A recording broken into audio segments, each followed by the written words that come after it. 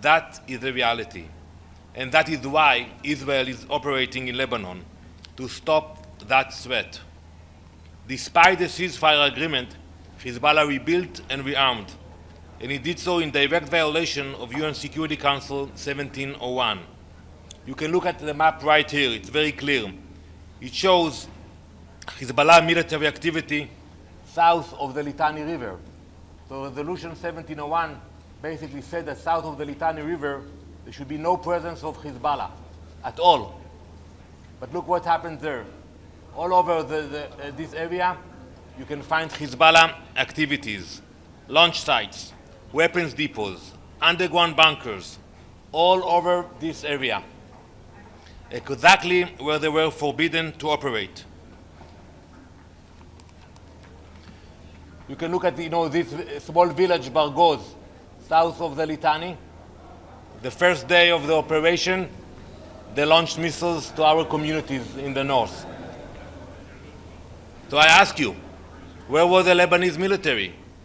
Where was the Lebanese government? This is a reality Israel is confronting. Since the ceasefire came into effect, we have a mechanism that we report to that mechanism. And technically, the Lebanese military should go and enforce and dismantle. Unfortunately, they didn't do it.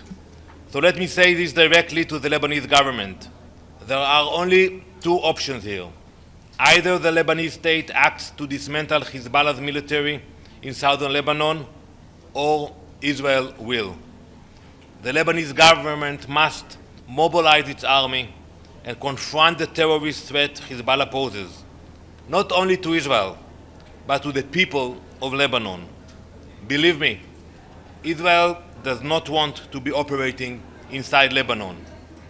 But Israel will not accept rockets fired at our people, and we will do whatever is necessary to stop them. Thank you. Mr. Ambassador, thank you. Edith Lederer from the Associated Press. You just said that Israel does not want to be in Lebanon, but it will stay as long as necessary. The Lebanese people keep asking, how long will this operation take? What is your answer to them? As long as there will be a threat against us, we will operate. But I expect more from the Lebanese government. Edith, you will hear today from the Gulf countries speaking about their sovereignty, defending their sovereignty. Lebanon should take control of their sovereignty as well. They should deploy the Lebanese military to the south and push Hezbollah out. If they will not do it, we will do it. Ambassador Jessica Lamazuri from France 24. Has Israel used white phosphorus in Lebanon? What's your response to the Human Rights Watch report? Can you repeat the question? Has Israel used white phosphorus in Lebanon? What's your response to those allegations? So, we do everything we can to minimize civilian casualties. And we have very precise ammunition, and we have very good intelligence. That's why we actually asked the people from southern Lebanon, south of the Litani, to move to the north, to avoid civilian casualties. And they should know that, we're going to target Hezbollah. And I'm telling to the Lebanese people, if you have a Hezbollah depot next to your home or launchers next to your house, don't stay there. We are coming after Hezbollah. Don't be in that area. The question is about white phosphorus. Has Israel So used I'm not familiar with that. One final question. Ambassador Adla Massoud, the National. Once Israel achieves its objective in Lebanon, are you going to pull completely out of Lebanon? We have no desire to act in Lebanon. Actually, let's be accurate. Israel is not in Lebanon today.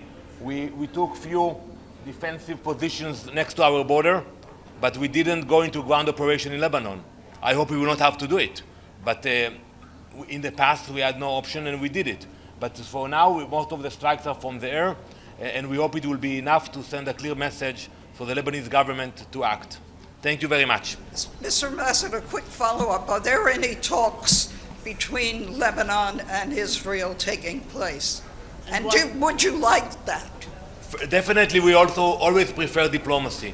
And indeed, before this operation, we had direct talks with Lebanon, and I'm sure we will continue. But now, they have to choose to actually confront Hezbollah. They have to stop Hezbollah. So we are willing to have a dialogue, but not just for the sake of a dialogue. They have to choose. Either they confront Hezbollah or they let us do it. There is no other option. Thank you very much.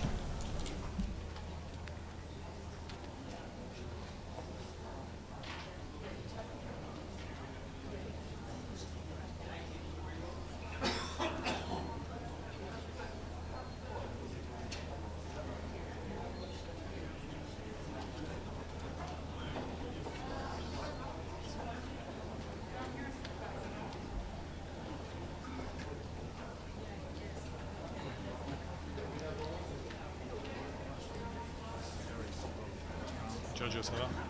Ça va bien?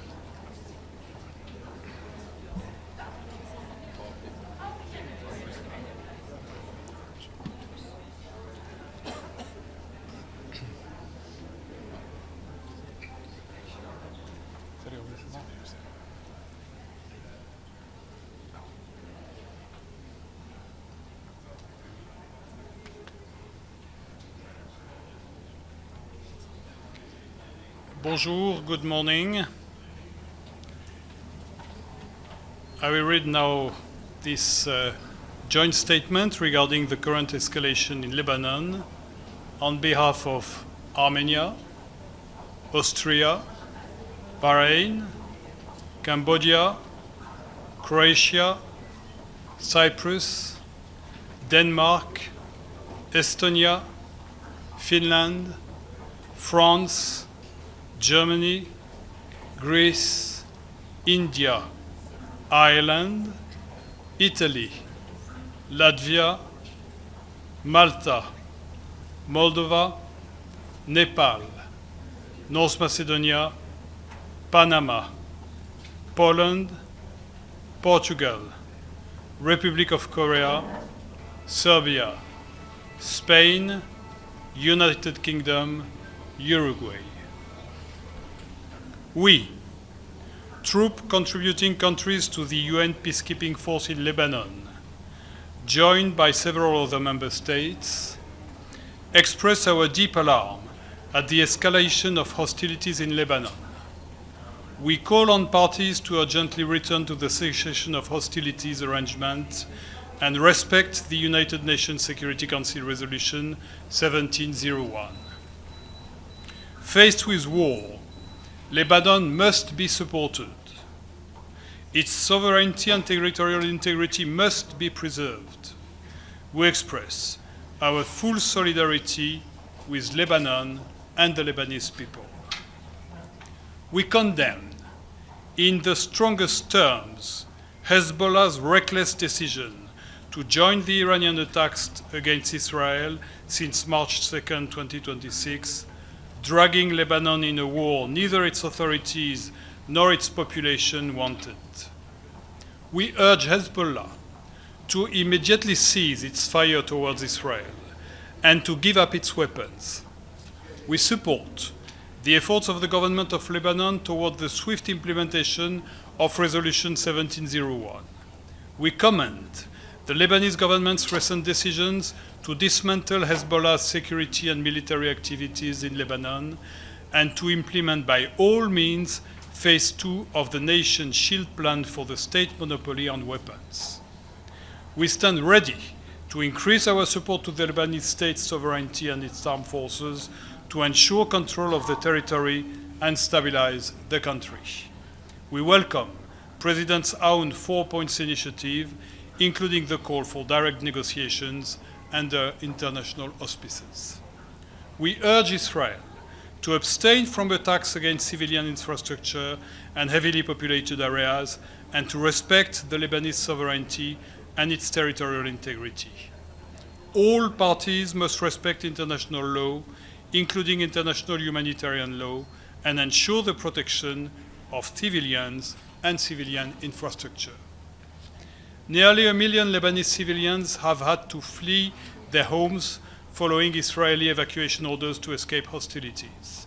We commit to support the Lebanese government's response to the needs of the displaced population and their host communities, and with the support of humanitarian actors in Lebanon, including UN agencies, the Red Cross and Red Crescent movement, international and local NGOs.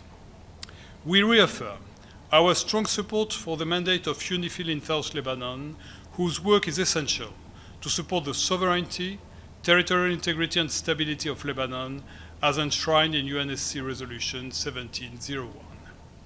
We condemn in the strongest terms the attacks that affected the Ghanaian contingent of UNIFIL in its base in southwestern Lebanon on March 6, 2026. Those responsible for the attack must be held accountable. We express our solidarity to the government of Ghana and wish to the wounded peacekeepers a speedy recovery. We urge all parties, under all circumstances, to ensure the safety and security of UNIFIL personnel and premises in accordance with international law. Peacekeepers must never be the target of attacks or intimidation of any kind. We commend the courage, professionalism and dedication of UNIFIL peacekeepers in the fulfillment of their mandate. I thank you. Do you encourage Israel to have direct talks with Lebanon and give peace a chance and save lives in accordance with the invitation from the Lebanese government for direct talks? The Security Council is meeting right now on this situation, sir. Thank you very much.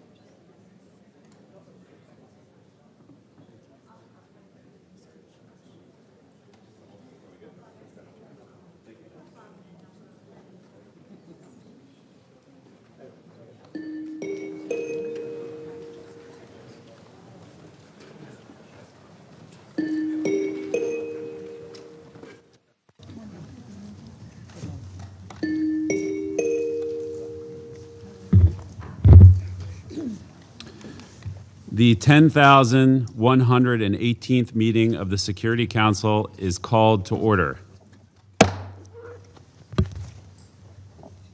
The provisional agenda for this meeting is the situation in the Middle East. The agenda is adopted. In accordance with Rule 37 of the Council's Provisional Rules of Procedure, I invite the representatives of Cyprus, Israel, Lebanon, and the Syrian Arab Republic to participate in this meeting. It is so decided.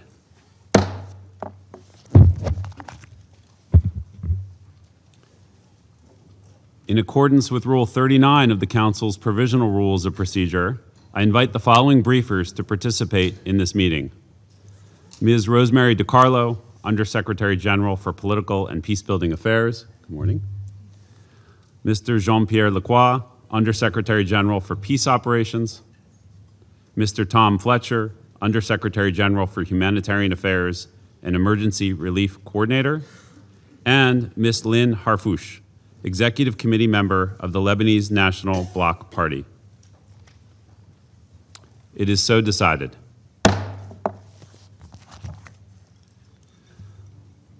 The Security Council will now begin its consideration of item 2 of the agenda.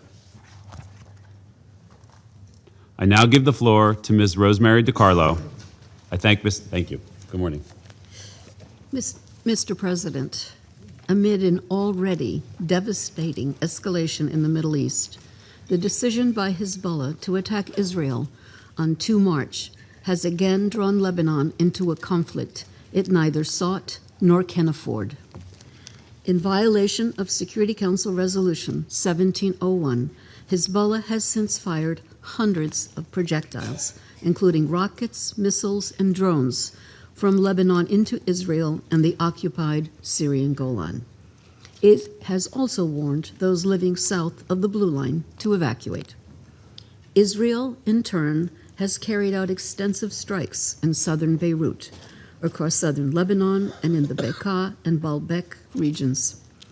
These operations have reportedly killed over 570 people and left over 1,400 injured, according to the Lebanese government. Israel has also issued evacuation notices for these areas, triggering the displacement of over 500,000 people and creating yet another acute humanitarian emergency. Undersecretary General Tom Fletcher will brief you in more detail in this regard.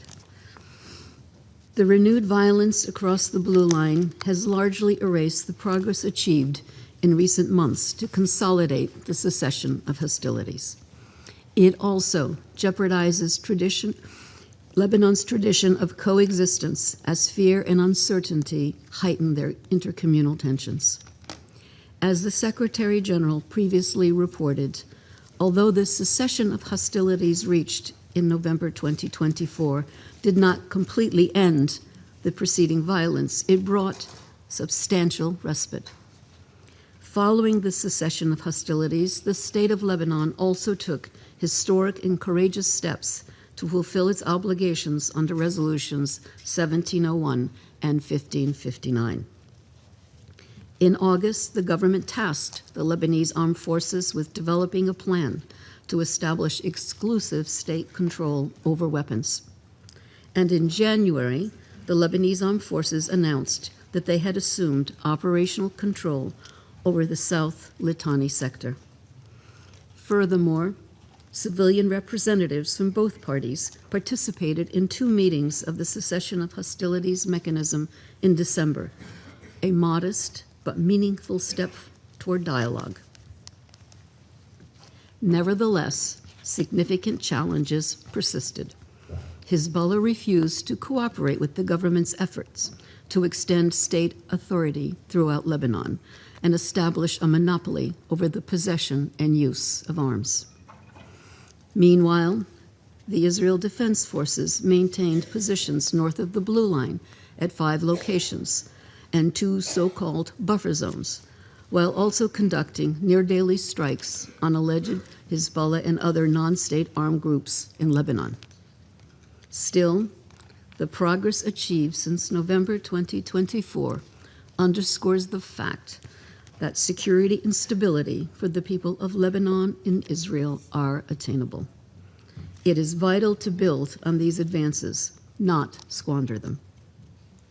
It was therefore encouraging that on 9 March, President Aoun affirmed Lebanon's readiness to engage in direct negotiations with Israel under international auspices, with the aim of achieving a complete truce.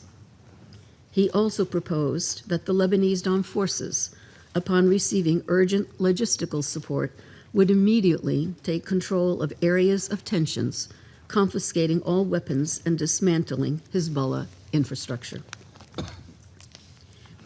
Prime Minister Salam has likewise reiterated Lebanon's commitment to achieving a state monopoly on arms. On 2 March, in condemning Hezbollah's actions, he affirmed the government's complete rejection of any military activity outside the scope of legitimate state institutions and reaffirmed the state's full authority over war and peace decisions. In a landmark statement, he announced the cabinet's decision prohibiting Hezbollah's military and security activities and mandating the immediate handover of weapons, tasking the Lebanese state security forces with the enforcement of this decision. These declarations have been accompanied by concrete measures. The Lebanese army has reported the detention of approximately 26 Lebanese nationals, including Hezbollah members, and 1 Palestinian, all for the illegal possession of weapons and ammunition.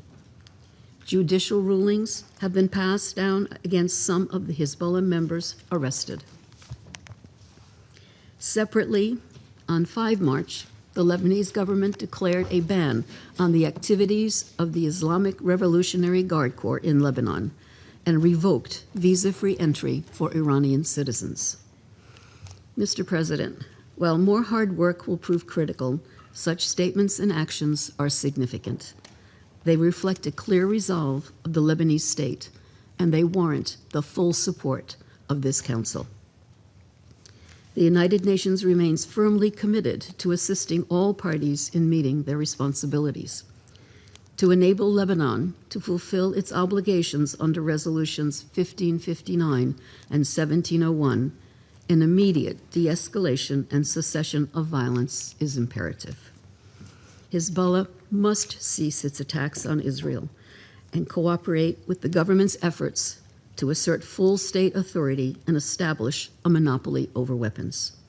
Israel must halt its military campaign in Lebanon and withdraw its forces from Lebanese territory. The sovereignty and territorial integrity of both Lebanon and Israel must be upheld. All parties must respect their obligations under international law, including international humanitarian law. Civilians and civilian infrastructure must never be targeted. United Nations personnel must be protected. And the international community must scale up its support to the Lebanese state security services, particularly the Lebanese armed forces, to ensure they have the capacity and resources they critically require. The Secretary General continues to engage with member states to press for an end to this conflict. The Special Coordinator for Lebanon has been in contact with all relevant actors, including through a visit to Israel earlier this week, to advocate urgently for de-escalation and dialogue. As Undersecretary General Lacroix will report, UNIFIL peacekeepers remain in position along the Blue Line, often at great risk. To prevent further loss of life and to create the space for meaningful political engagement, violence must stop. Only then can the parties resume the difficult but indispensable work of building a stable and secure future for both Lebanon and Israel. We will continue to work closely with all concerned to restore calm and protect civilians. Our objective is straightforward: a return to a situation in which commitments under Resolutions 1559 and 1701 can be pursued in a credible and sustainable manner. This is a moment that requires restraint, responsibility, and a willingness to prioritize the well-being of the populations who bear the brunt of these hostilities. The United Nations stands ready to assist, but the decisions that shape the coming days must be guided by a collective recognition that further escalation benefits no one. Thank you, Mr. President. I thank Ms. DiCarlo for her briefing. I now give the floor to Mr. Jean-Pierre Lacroix. Thank you very much, Mr. President, members of the Security Council. As you just heard from Under Secretary General DiCarlo, the fragile situation that prevails since November 2024 has given way to a significant and dangerous escalation of hostilities. We are gravely concerned that there will be a further worsening of the situation in Lebanon and in the region. In this dangerous and precarious environment, UNIFIL remains on the ground, implementing its mandate as far as the security circumstances allow. Since the 2nd of March, when Hezbollah claimed responsibility for an attack on Israel, the group has carried out daily strikes across the Blue Line, including with rockets, missiles, and drones at targets in Israel and the occupied Syrian Golan. Many rockets have been launched from south of the Litani River, which demonstrates the presence of unauthorized armed personnel, assets, and weapons south of the Litani River, in clear violation of Resolution 1701. The Israel Defense Forces have issued displacement orders for the entire UNIFIL area of operations and intensified daily strikes, impacting multiple locations in the UNIFIL area of operations, also in violation of Resolution 1701.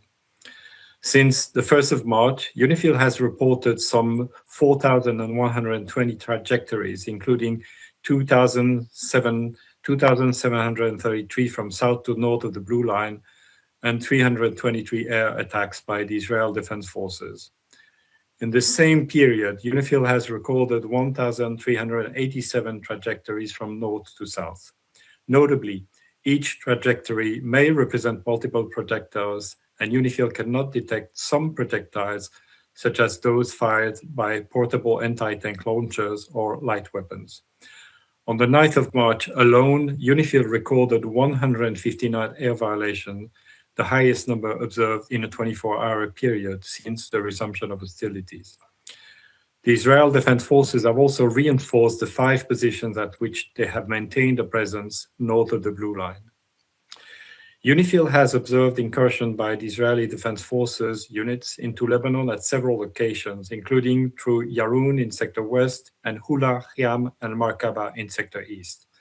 On the 9th of March, one Israel Defense Forces tank was observed near Kunin in southeast Lebanon, 7 kilometers north of the Blue Line. Direct clashes between Hezbollah and Israeli Defense Forces inside Lebanon have been reported, including in Hula and Khiam on the 4th of March. Extensive buildup of Israeli military assets south of the Blue Line also continues to be reported. There have been several incidents that have jeopardized the safety and security of our peacekeepers. On the 6th of March, peacekeepers from the Ghanaian contingent were severely injured inside their base in Al-Kawza, Sector West. He is currently being treated at a hospital in Beirut and is now in a serious but stable condition.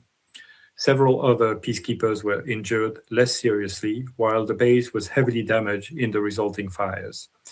We obviously wish a speedy recovery to all involved. A UNIFIL investigation is ongoing, including to determine the origin of the projectiles or munitions that impact the UN position.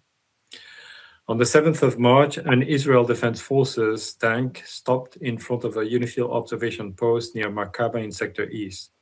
Subsequently, the peacekeepers heard multiple rounds of small arms fire, and 2 of the post's perimeter lights were damaged. On the 8th of March, 2 loud explosions were heard near a UNIFIL headquarters in Nakura. Debris consistent with a drone or a rocket, as well as remnants of an Iron Dome interception, fell inside the UNIFIL camp. No injuries were reported.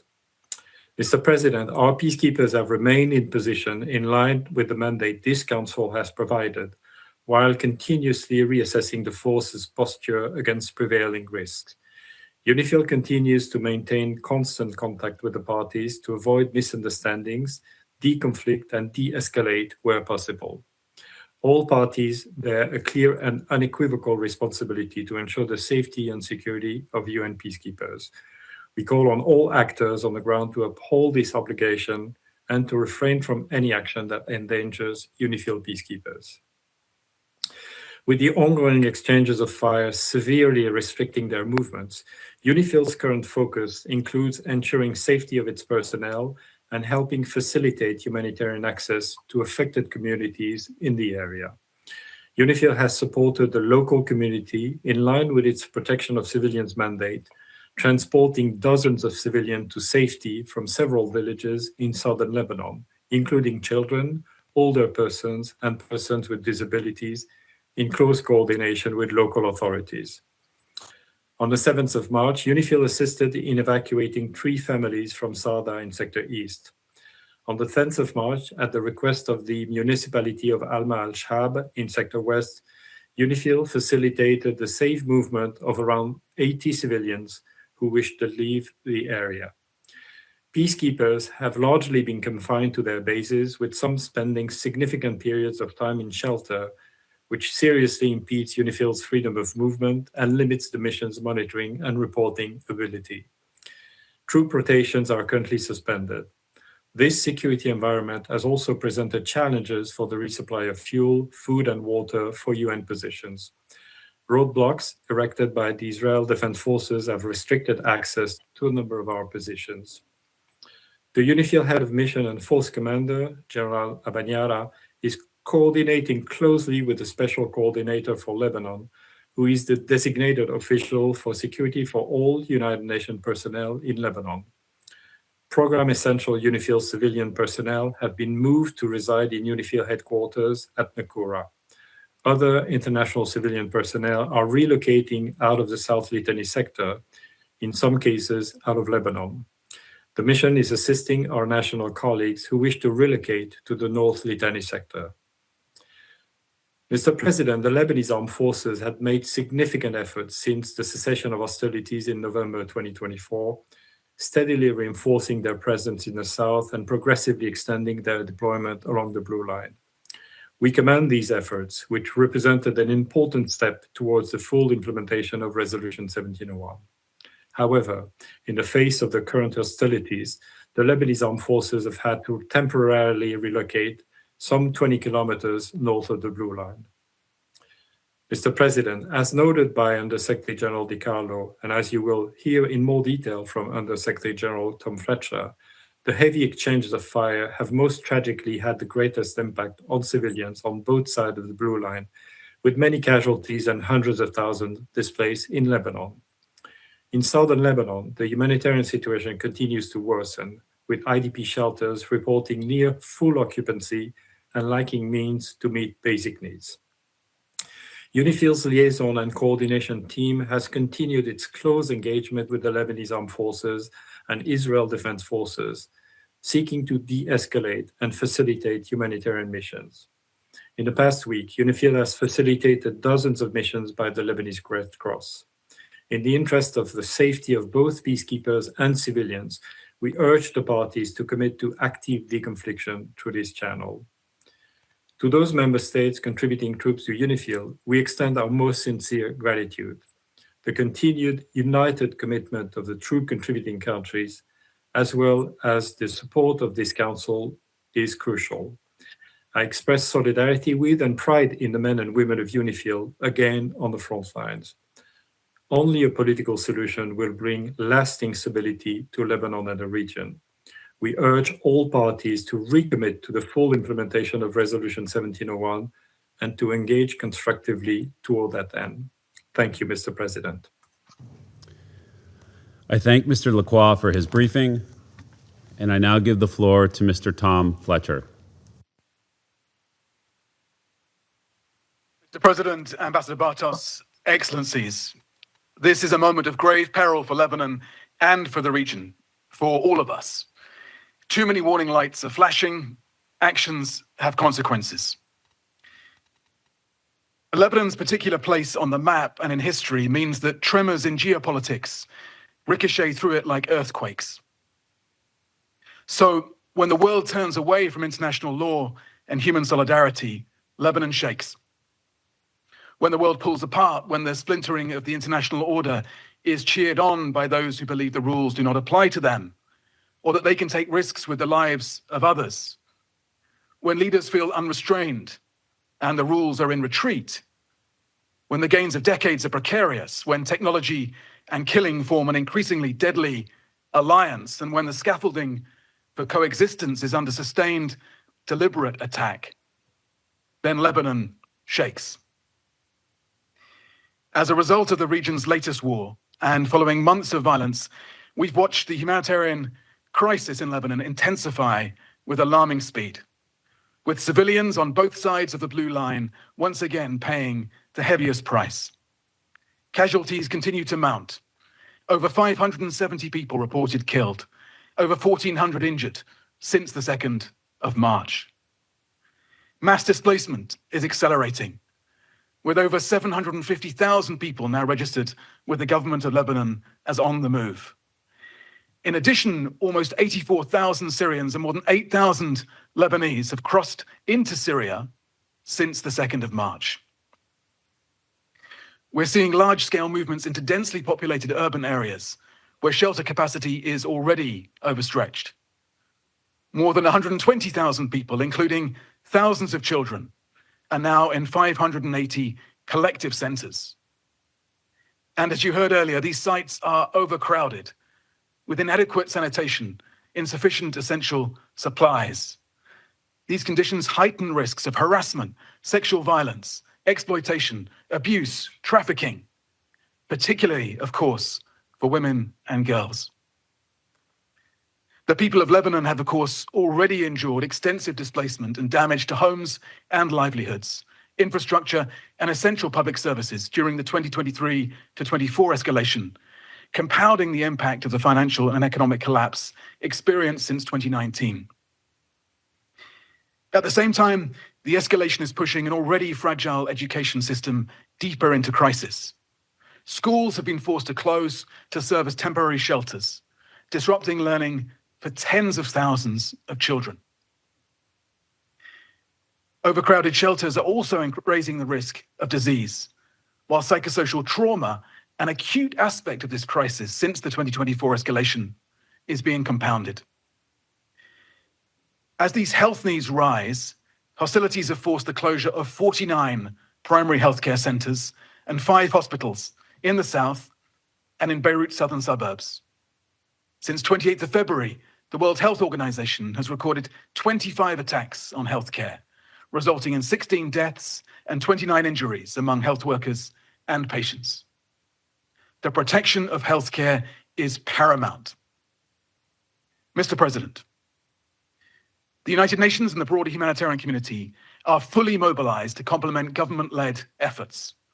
Along with local organizations and women-led groups, we will do all we can to reach those most in need.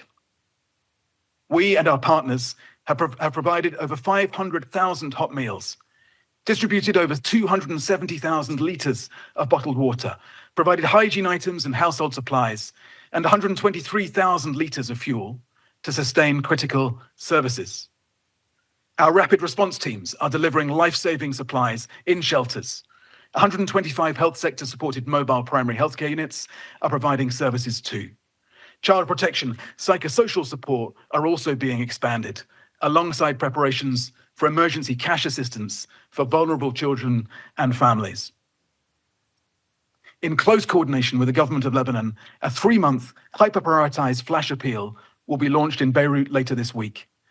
This emergency scale-up comes on top of existing humanitarian programs under the 2026 Lebanon Response Plan. I will support these efforts with a rapid response allocation of $15 million from the Central Emergency Response Fund to help scale up life-saving work. Additional funds will be released through a reserve allocation from the Lebanon Humanitarian Fund. But our ability to reach people is tightening by the day. Large areas of South Lebanon, the Bekaa, and Beirut's southern suburbs remain active conflict zones. Debris and unexploded ordnance are blocking roads to affected villages, and key transport routes, including those linking the Bekaa, have been repeatedly disrupted. Population movements are shifting quickly and increasingly difficult to track. Of course, Lebanon's latest humanitarian crisis is just one more consequence of a regional war that is spiraling out of control. War does not stay neatly within borders. It tears through markets, supply chains, food prices. And when that happens, the most vulnerable people in Lebanon and across the region are hit first and hardest. When maritime corridors such as the Strait of Hormuz are disrupted, food, health, energy become more expensive and harder to access. Impact on food security is already evident in Gaza, where the price of flour is up by 270%. Global shipping costs have increased 16% compared to this time last year. We anticipate delays of 6 months in the delivery of supplies across multiple humanitarian responses. Airspace closures are also disrupting our humanitarian missions across the region. So we are pre-positioning stocks, activating alternative supply routes to keep life-saving aid moving to Lebanon and, of course, across the region. But as the Secretary General insisted and USG DiCarlo underlined, we need the protection of civilians, de-escalation, an immediate cessation of hostilities, and genuine dialogue and negotiations towards a peaceful settlement, in line with the Charter of the United Nations. As ever, I close with 3 asks of the Security Council. First, civilians, all civilians throughout the region must be protected and their access to life-saving help ensured. Constant care must be taken to spare civilians and civilian infrastructure, hospitals, water sources, schools, energy, at all times and by all parties.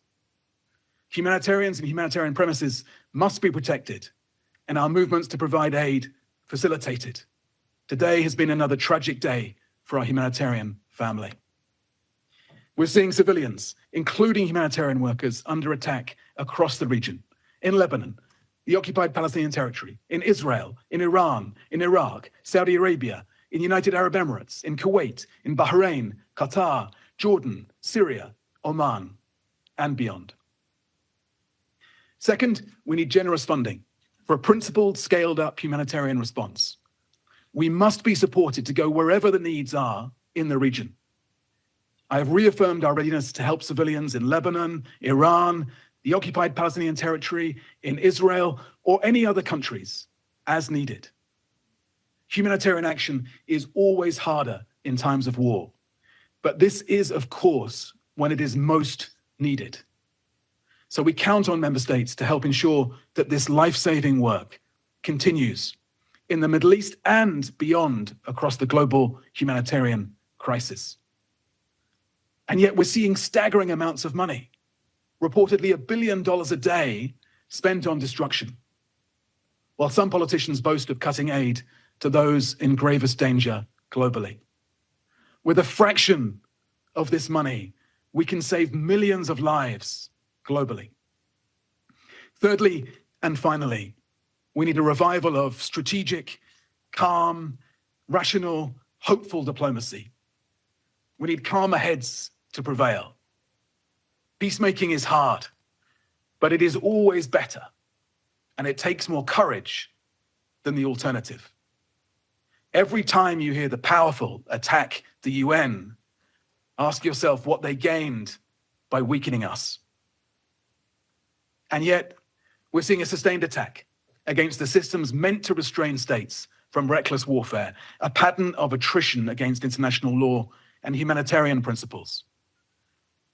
Politicians flexing their muscles by sending others to die. As conflicts spread, the international system pulls further apart and more resources flow towards weapons, not saving lives.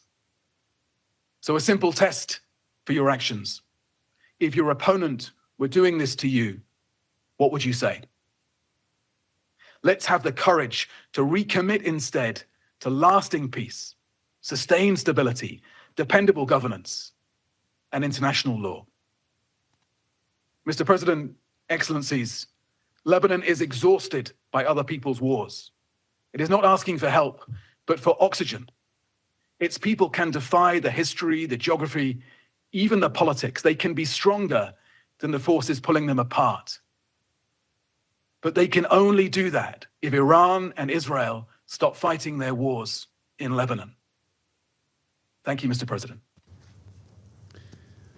I thank Mr. Fletcher for his briefing, and I now give the floor to Ms. Lynn Harfouche. Mr. President, members of the Security Council, thank you for the opportunity to address you today. My name is Lynn Harfouche. I am a Lebanese political activist from the city of Baalbek. I grew up in the Bekaa and spent much of my life in Beirut's southern suburbs. Today, like many families, mine too is displaced.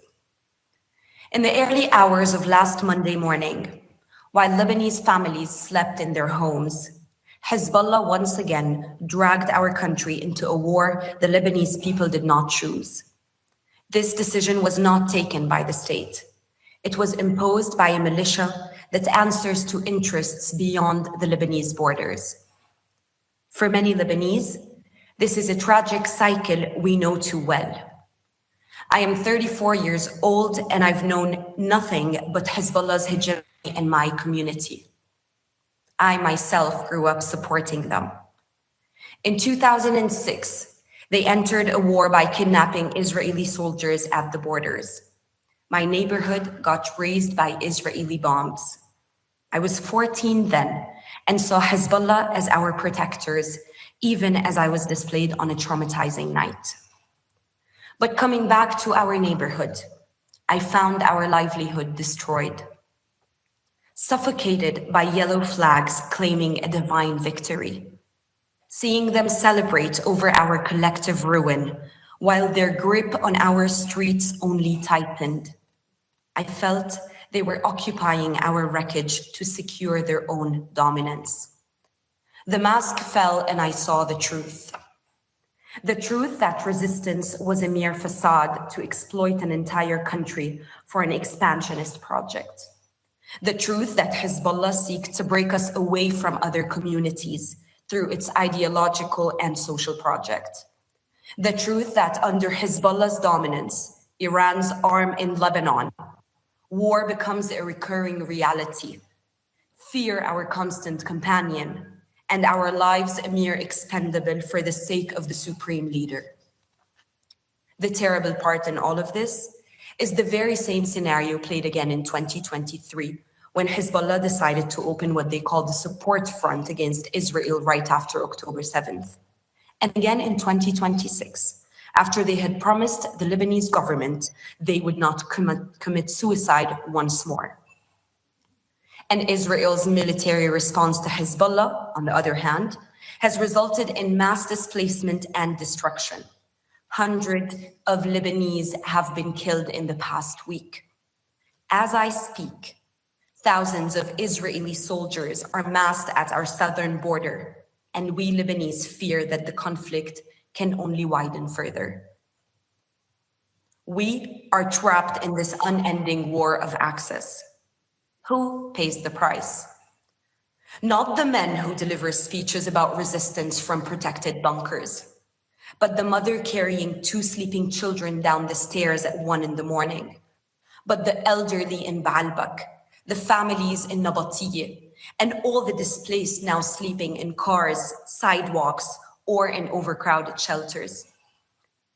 According to latest figures, the number of internally displaced people has reached almost 1 million, including nearly 200,000 now living in collective shelters across hundreds of sites. For a country already battered by economic collapse, this is a disaster, one that needs to be addressed urgently by helping the Lebanese government. Yet, the answer to this humanitarian crisis cannot only be humanitarian. It needs to be political. At its core, Lebanon's crisis is one of sovereignty, accountability, and a weakened state. No society can rebuild, no economy can recover, and no youth can build a future when a country's fate is controlled by a suicidal fraction. Mr. President, members of the Security Council, I was raised in the very environment from which Hezbollah claims its legitimacy. I know its language. I know its threats. I know the fear it creates when people are told that silence is loyalty and obedience is dignity. But there is no dignity in radicalizing entire communities to serve Iran's theocratic regime through its doctrine, Wilayat al-Faqih.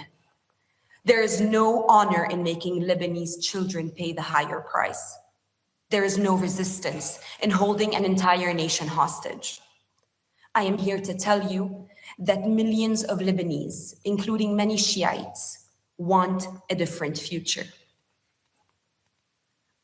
I also speak to you today as a mother of 2 boys, Hadi, who is 11, and Rey, who is 10 years old. On the night the Israeli bombing intensified, Rey woke up trembling in the middle of the night and asked me a question that many children are asking. Mom, why do we keep going to wars when more people will die? Why can't we live in peace? I did not have an easy answer, but I will tell you this. Governments that normalized Hezbollah were all accomplices in where we are today. For years, the world looked the other way, privileging their dealing with Iran.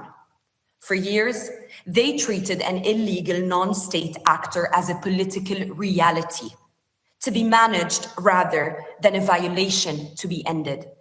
For years, the world asked us to tolerate intolerance. Simultaneously, the Lebanese feel helpless and alone in the face of Israel's aggression. Dismissing international law, the global community has validated the rule of the strongest. This double standard has turned Lebanon into a graveyard for the very principles this council was built to uphold. We were told that accepting this parallel reality was the price of stability. But look at where that fragile stability has led us and the whole region. Today, I speak in the name of most Lebanese when I say, we don't want this stability. We want a solution. What is common sense and minimum norms of living in your countries are still a matter of discussion and disagreements in mine. Although for decades, the international community has outlined the framework needed to address this problem. Security Council resolutions 1559 and 1701 clearly affirm that there must be no weapons outside the authority of the Lebanese state, and that armed militias must be disarmed. These resolutions are not abstract principles. They are the internationally recognized roadmap for restoring stability and state authority in Lebanon. But they failed, and they failed because of the recklessness of some and the false promises of others. Today, the Lebanese government has begun to take important steps in this direction. Decisions have been made to outlaw unauthorized military and security activities of Hezbollah. Today, there is a growing recognition within the Lebanese institutions to reclaim the monopoly of arms and with it, national decision-making. At the center of this effort stands the Lebanese armed forces. The Lebanese armed forces are the sole legitimate defender of the country. Their success is not only a Lebanese priority. It is the only viable path to preventing Lebanon from becoming a permanent gray zone of proxy warfare in the region. Help them disarm Hezbollah and prevent Iranian interference and dominance, and protect our Lebanese borders from Israeli invasion. Supporting the Lebanese armed forces should therefore not be viewed as charity or assistance. It is an investment in regional stability. A couple of days ago, our president and prime minister launched a diplomatic initiative towards Israel. They laid the ground to the only solution to this war, ending the daily Israeli aggressions, obtaining their total withdrawal from our land, and allowing our people to return to their homes, while guaranteeing Hezbollah's disarmament. They even went further by suggesting to end the 80-year-old state of war between Lebanon and Israel. Because we Lebanese want to live in peace. Because we Lebanese deserve peace. A sustainable peace based on justice that would allow us to have a future, to have a life, a simple one, without fear, in which we can aim for our prosperity and well-being like other people. A life to live, not only to survive. Lebanon, Mr. President, is not a mere geographic entity for this council to manage. It is a founding member of the United Nations that contributed to drafting the Universal Declaration of Human Rights. It's an idea of liberty and diversity that shouldn't fail, that cannot fail. Mr. President, members of the Council, I wish I could have been personally with you today, so I can look in the eyes of those who played a role in this turmoil and tell them what our ambassador Ghassan Touaini once said in the same room in 1978. Let my people live. Thank you. Thank you, Ms. Harfouch, for your courage and for that important briefing. And I now give the floor to those council members who wish to make statements. I now give the floor to the representative of France. Merci, Monsieur le Président. Thank you, President. France requested this meeting due to this dramatic and urgent situation, together with Bahrain, Denmark, Greece, Latvia, the DRC, and the UK. I thank you for convening it, and I thank the USG for Political and Peacebuilding Affairs, Rosemary DiCarlo, the USG for Peace Operations, Jean-Pierre Lacroix, and the USG for Humanitarian Affairs, Tom Fletcher, for their briefings, as well as Ms. Lynn Harfouch for Lebanese Civil Society. We support their participation in this debate. We welcome Lebanon, Israel, Syria, and Cyprus to our debate. President, war has once again reached Lebanon. Hezbollah has made the unacceptable and irresponsible decision to join the Iranian attacks against Israel over 10 days ago, dragging Lebanon into a conflict in which the Lebanese authorities and people refuse to be involved. The population is paying the highest price, with over 500 deaths on the Lebanese side, hundreds of wounded, and 753,000 displaced persons caused by Israeli military operations and the evacuation orders. On the Israeli side, a number of wounded, and the people have been forced to take refuge several times per day in shelters. This is not acceptable. France fully supports Lebanese government and their courageous decision on March 2nd of prohibiting absolutely all military and security activities by Hezbollah. We call on the government to immediately implement these critical decisions. Hezbollah must immediately end its attacks against Israel and lay down its arms. It must stop taking Lebanese people hostage for a war led by Tehran against Israel. For its part, Israel must respect the sovereignty and territorial integrity of Lebanon and cease all large-scale land interventions and lasting occupation of the Lebanese territory. History shows that this will only serve as a breeding ground for new instability rather than lasting peace. Civilians, whether they are Lebanese or Israeli, should never be targeted. The rules of international humanitarian law govern the conduct of hostilities, especially the principles of distinction, proportionality, and precaution.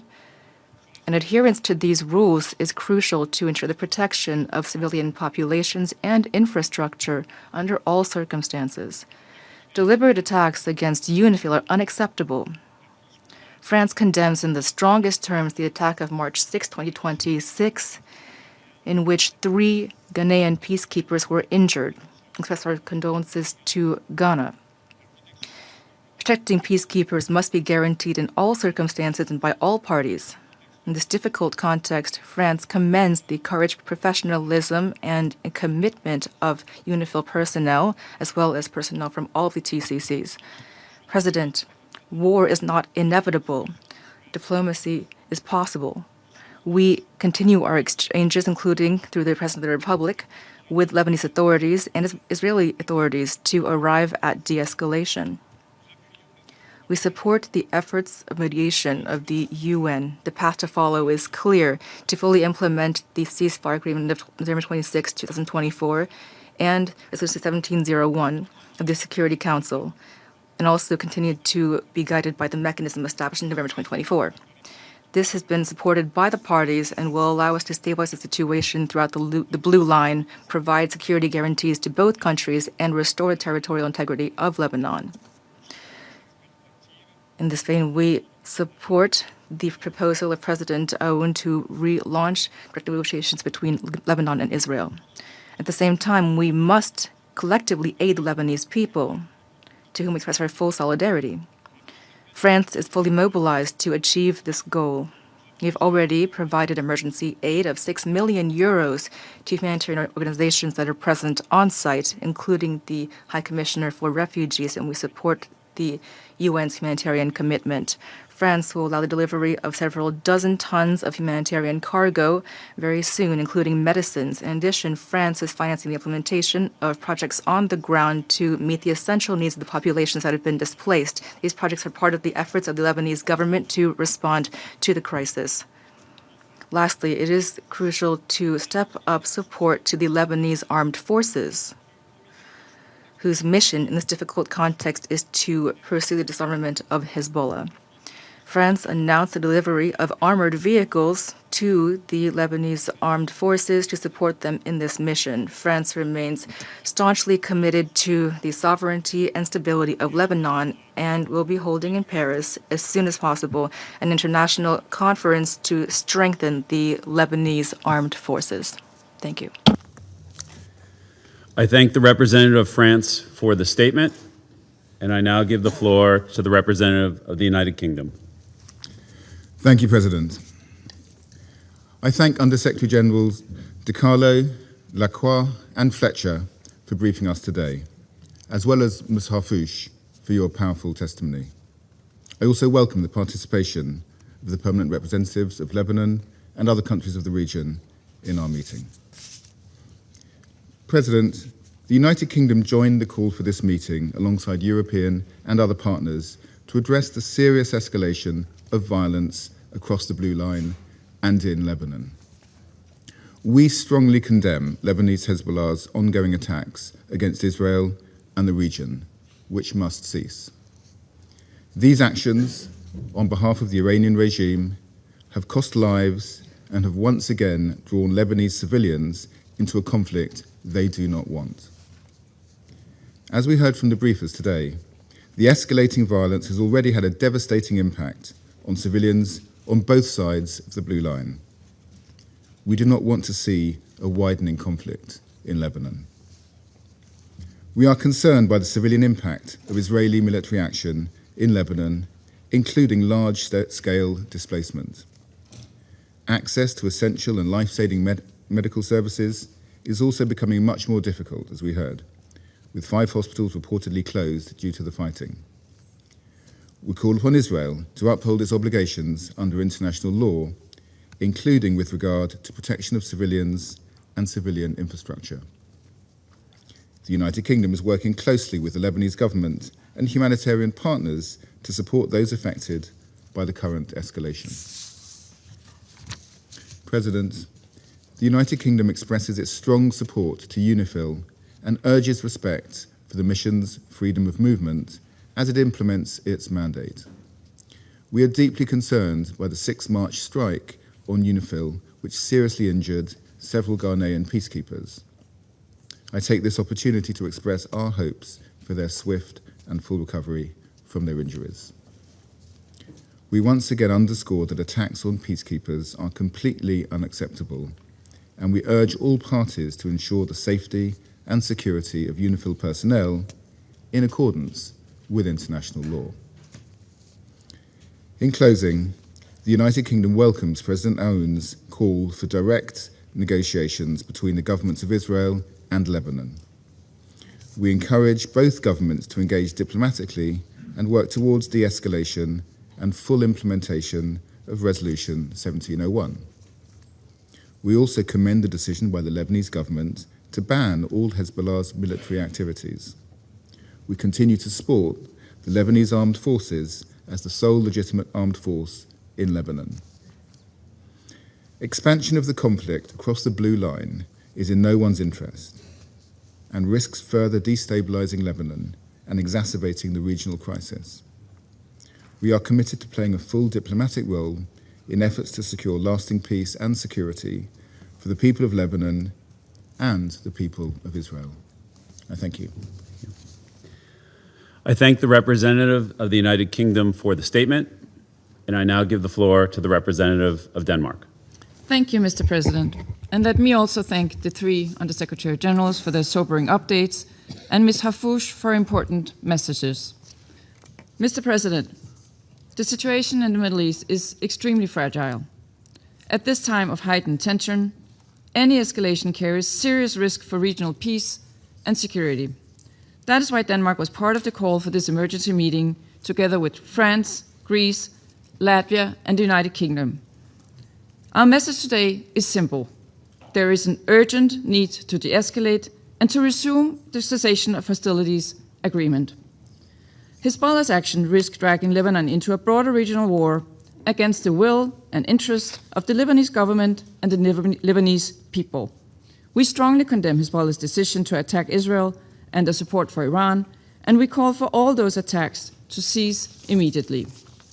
On its part, Israel must exercise the right to self-defense in accordance with international law and abstain from further escalating the situation. We urge Israel to withdraw its forces from occupied areas in Lebanon in line with the November 2024 cessation of hostilities agreement. We call for respect for Lebanese sovereignty, territorial integrity, and independence in line with Resolution 1701. This will also allow for a gradual establishment and control by the Lebanese armed forces in southern Lebanon, paving the way for the exclusive state control with arms in the country.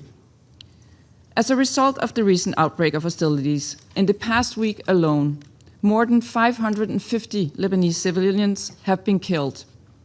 Denmark underlines that all parties must respect international law, including international humanitarian law, and that the protection of civilians and civilian infrastructure must be ensured. Over 700,000 civilians have been forced to evacuate, creating large waves of internally displaced within Lebanon. Thousands more have crossed into Syria. All of those places additional strain on Lebanon, whose people have already suffered from large-scale economic and humanitarian challenges as a result of decades of conflict, mismanagement, external interference, and regional instability. A strong, stable, and secure Lebanon would contribute to Israel's safety. This can only materialize, however, if the parties focus on de-escalation and dialogue, and it requires that Hezbollah stops its attacks.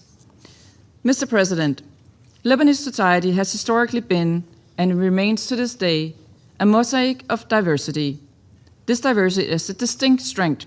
However, it must remain so. In the past decade, Lebanon has shown immense generosity and resilience in housing more than 1 million refugees from neighboring Syria. New massive waves of internal displacement carry the risk of sectarian strife. This must be avoided at all costs.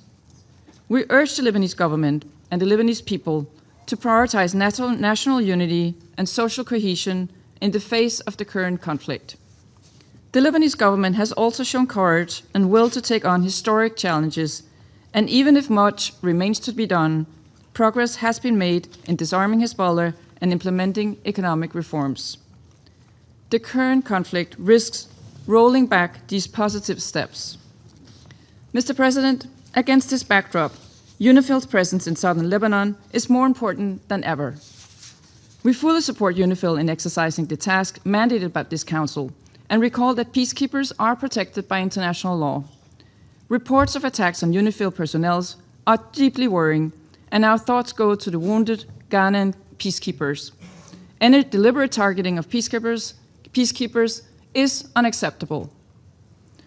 The current volatile situation only underscored the need for UNIFIL and for a strong and continuous UN presence in Lebanon, including after UNIFIL's drawdown by December 2026.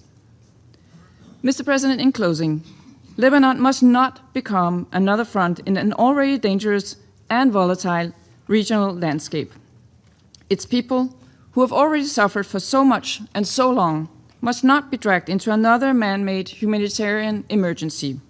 We call on all actors to step back from the brink and return to negotiations and peaceful dialogue. I thank you. I thank the representative of Denmark for the statement, and I now give the floor to the representative of Latvia. Thank you, Mr. President. Allow me to begin by thanking the United States, the presidents of this Council, for convening this meeting on such a short notice. And Latvia also joined the call for this meeting to take place.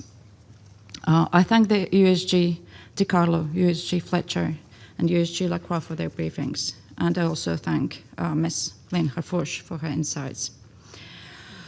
The current escalation in Lebanon has serious consequences for the civilian populations and for the security of UN peacekeepers, as well as the stability of the region and global security. And we commend the exceptional service of UNIFIL as it continues to carry out its mandate under Resolution 1701, monitoring this conflict even in the direst circumstances. All essential personnel, including those from my country, are still remaining in place in the midst of hostilities. Mr. President, Hezbollah has chosen to attack Israel in support of Iran and has dragged the people of Lebanon into a conflict they have no part in. And it brings more suffering to the civilian population and endangers the fragile progress of the Lebanese government attempting to assert state control over its territory. Hezbollah's escalation is part of the pattern, as Iran consistently uses proxy networks to destabilize Middle East, attacks countries in the region, and enables aggression in Europe. And it must stop now. Hezbollah must immediately disarm and stop all actions against Israel, but we commend the Lebanese government's decision of 2nd March to declare all Hezbollah military and security activities illegal in the whole territory of Lebanon.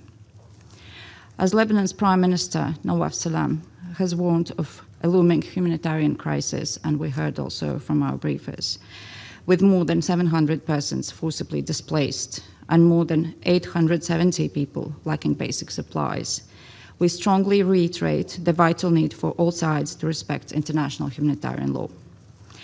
With over 500 people killed, we call on all parties to ensure adherence to principles of proportionality and distinction of civilian objects. While we recognize Israel's right to self-defense, our concern lies with the human cost that is already piling high with Israel's operations against Hezbollah, including in densely populated areas. And we urge the cessation of all hostilities and return to the ceasefire. We call for the territorial integrity and sovereignty of Lebanon to be respected, as reflected in Resolution 1701 and the UN Charter. The safety and security of UN personnel and property must be respected by all sides and at all times. We call upon all members of this Council to continue stressing the crucial importance of upholding commitments agreed in Security Council Resolutions 2518 and 2730. Latvia, as UNIFIL troop contributing country, is especially distressed by the fact that amidst heavy firing, 3 UNIFIL peacekeepers from Ghana were injured inside their base in South Lebanon, and our thoughts are with the injured, and we wish them speedy recovery. The current escalation only reiterates the need for a long-term solution of this conflict, and it is essential that the withdrawal of UNIFIL does not result in a security vacuum. We welcome the political commitment of the Lebanese government to extend its authority throughout the country and the implementation of the disarmament plan. And the continued international support in these efforts remains essential. We continue to stand by Lebanon and its people. And we look forward to the UN Secretary General report in June and Council's continued work on solutions for providing security support of Lebanon.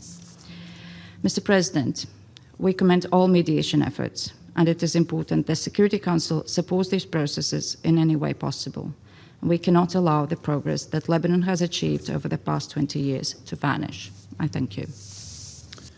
I thank the representative of Latvia for the statement, and I now give the floor to the representative of Greece.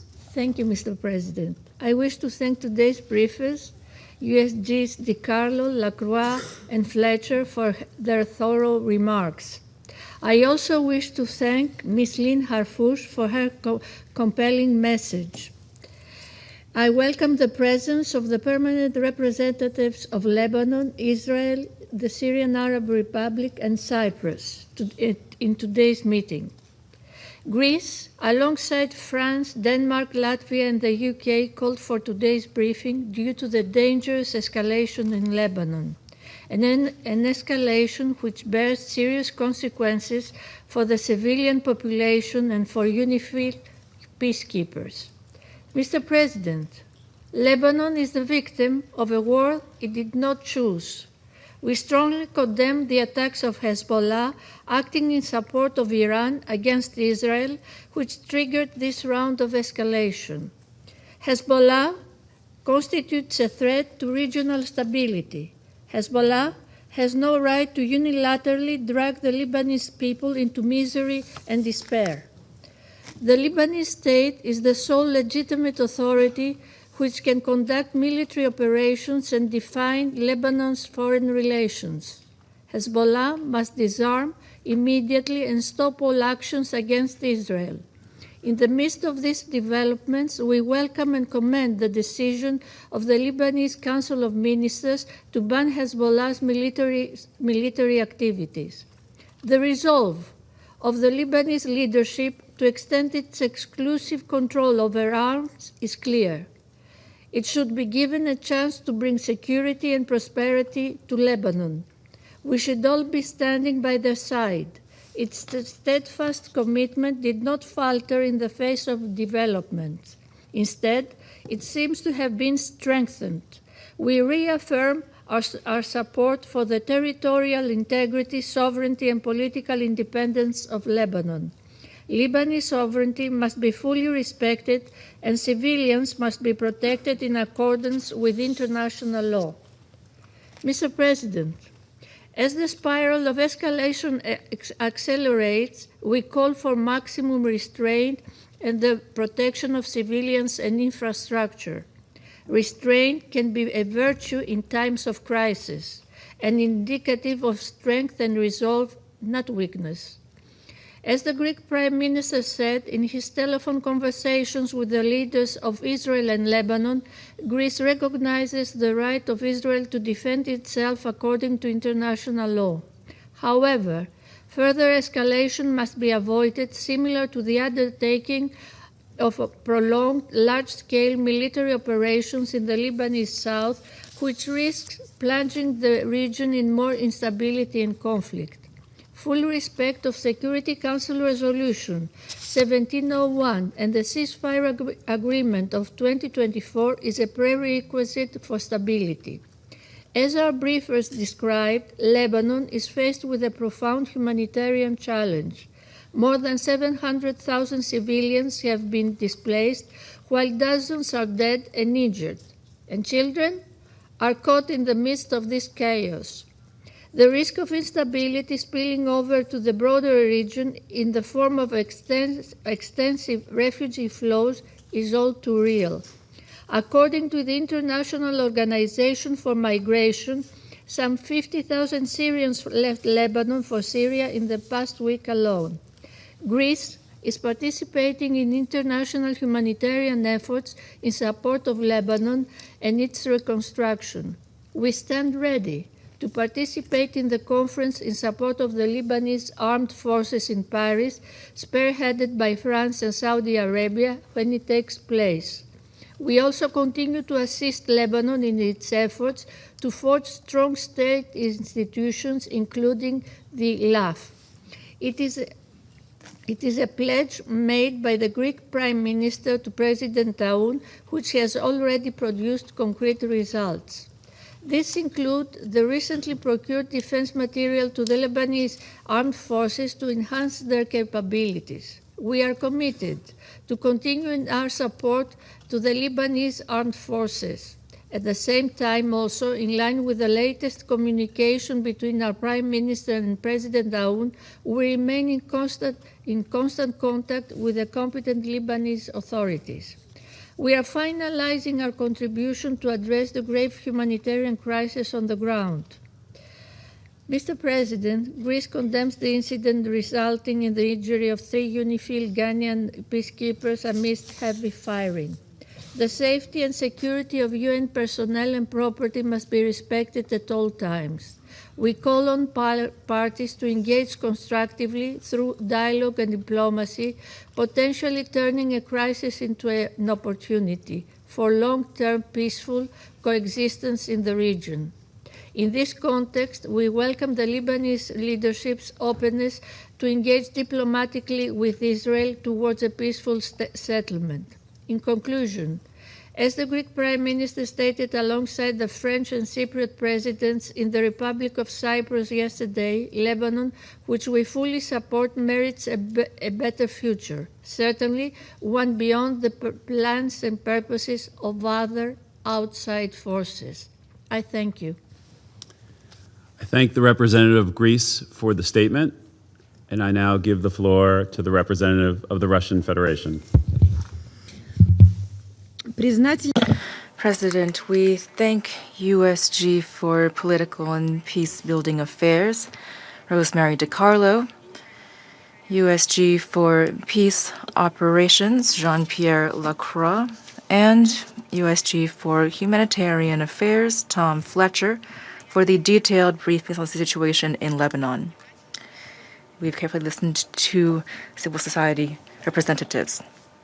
President, today's emergency meeting of the Security Council in relation to the latest round of confrontation in Lebanon is taking place in the context of and directly connection with the unprecedented escalation in the Middle East caused by the continued aggression of the U.S. and Israel against Iran.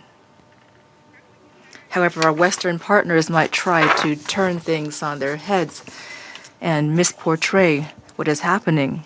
It is the American and Israeli military escapade that is plunging the overall region ever deeper into chaos, taking an ever-rising number of human lives and causing irreversible damage to civilian infrastructure. Syria's consequences are already being felt by many Middle Eastern countries that we count among our friends. Unfortunately, Lebanon is no exception to this. It has once again suffered large-scale attacks from Israel. It is telling that even before the current escalation, Israeli leadership had repeatedly and openly threatened Lebanon with a renewal of large-scale military action. Judging by the public statements by representative of the General Staff of the IDF, plans to clear the Lebanese territory had long been in the making. At the same time, the Israelis have been repeatedly violating the agreements of 2024 that were reached for the mediation of the U.S. and France when it comes to withdrawing their contingents to the south of the Blue Line, as well as when it comes to stopping arbitrary attacks and strikes on Lebanon. President, we'd like to emphasize that we have always shared and continue to understand the legitimate concerns of our Israeli partners when it comes to the security of their country. We understand the motivations that caused West Jerusalem to begin their military operation against Lebanon. The military action of March 2nd against Israel and subsequent missile and drone attacks on the central region of Israel could, of course, only lead to extreme alarm and concern. At the same time, we believe that the IDF's response over the past 10 days was disproportionate and excessive. As seen in regular reports from the UN Secretariat, the Israelis are ignoring norms of international humanitarian law, conducting strikes against civilian targets inter alia, which have led to many casualties among the civilian population. Over the past 4 days alone, the Israeli armed forces have attacked more than 60 towns. The disproportionate response of West Jerusalem is clearly demonstrated by the number of casualties of the creeping Israeli invasion. According to the Lebanese Ministry of Health, since March 2nd, about 500 people have died, including 80 children, and the number of wounded is in the hundreds.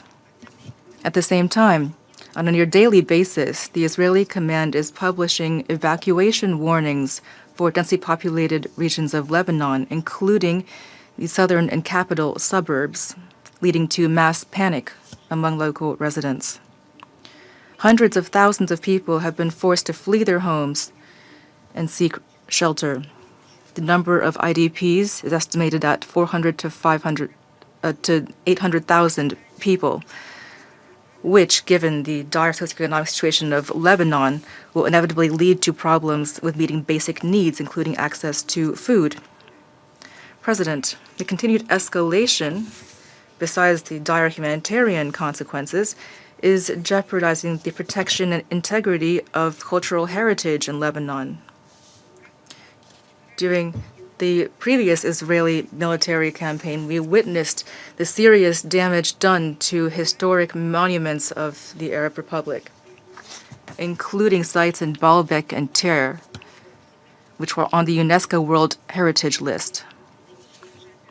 The current Israeli operation has directly affected the Russian Culture House in the city of Nabatea, which is operating jointly with the Russian Development Aid Agency. On March 8th, after a targeted missile strike, the 5-story building of the Russian Culture House was destroyed. We strongly condemn this attack. We view it as an act of military aggression against an institution that was acting solely for humanitarian educational purposes. Lebanese children have long attended classes in that house. No military activities were carried out there. We once again warn that indiscriminate attacks on civilian targets and diplomatic missions in Lebanon are unacceptable. On March 8th, 4 employees of the Iranian embassy in Beirut were killed, and yesterday the Russian General Consulate in Isfahan was struck. This is unacceptable. In addition, attacks on personnel of UNIFIL deployed in the south of the country are unacceptable. In this context, we join the position of the Secretary General of the UN, who on March 6th condemned an incident involving a UNIFIL contingent, as a result of which 3 Ghanaian peacekeepers were wounded. We wish them a speedy recovery and call for unconditional guarantees of the safety of peacekeepers. President, in the current explosive environment, we call on West Jerusalem to refrain from using force in its interactions with Lebanon and to return to upholding its international legal obligations, including under Resolution 1701 of the Security Council. Instead of its destructive, confrontation-oriented policy, it is high time for the Israeli leadership to listen to the position of Beirut, which favors immediate de-escalation and is prepared for direct negotiations with Israel. Equally important in this context is the decision of the Lebanese government itself to strengthen state institutions and to establish control over all parts of the country. For our part, we reiterate our unchanged support for the sovereignty, unity, and territorial integrity of Lebanon, as well as the mandate of UNIFIL in accordance with the relevant SC resolutions. We believe that there's no alternative to immediately ceasing hostilities, returning to political and humanitarian efforts, and taking real steps to prevent a broader war in the Middle East. We believe that diplomatic efforts have not yet been exhausted. The parties ought to show political will and to refrain from further violence.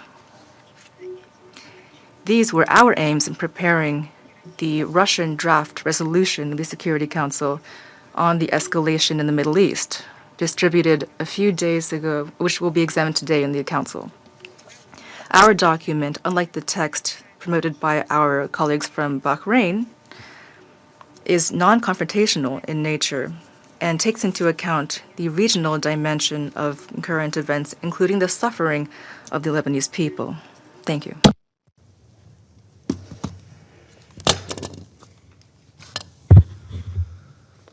I thank the representative of Russia for her statement. I now give the floor to the representative of China. Thank you, President. I thank USG DiCarlo, USG Lacroix, USG Fletcher, and Ms. Hafouche for their briefings. The current escalation of fighting in the Middle East is spreading, and the situation between Lebanon and Israel has also sharply intensified. The continuation of hostilities serves the interests of no party. The international community should pool its efforts to promote peace, de-escalate the tensions ASAP so as to restore peace and stability in the region. First, an immediate ceasefire must be promoted to end the fighting. Recently, Hezbollah and Israel has continued to exchange fire. Israel has launched intense attacks on towns in southern Lebanon and on Beirut, expanding its military control over southern Lebanon. These attacks have already resulted in the deaths of more than 570 people, including a large number of women and children. We have noted that Iran's letter to the Security Council stating that 4 Iranian diplomats were killed in the attack.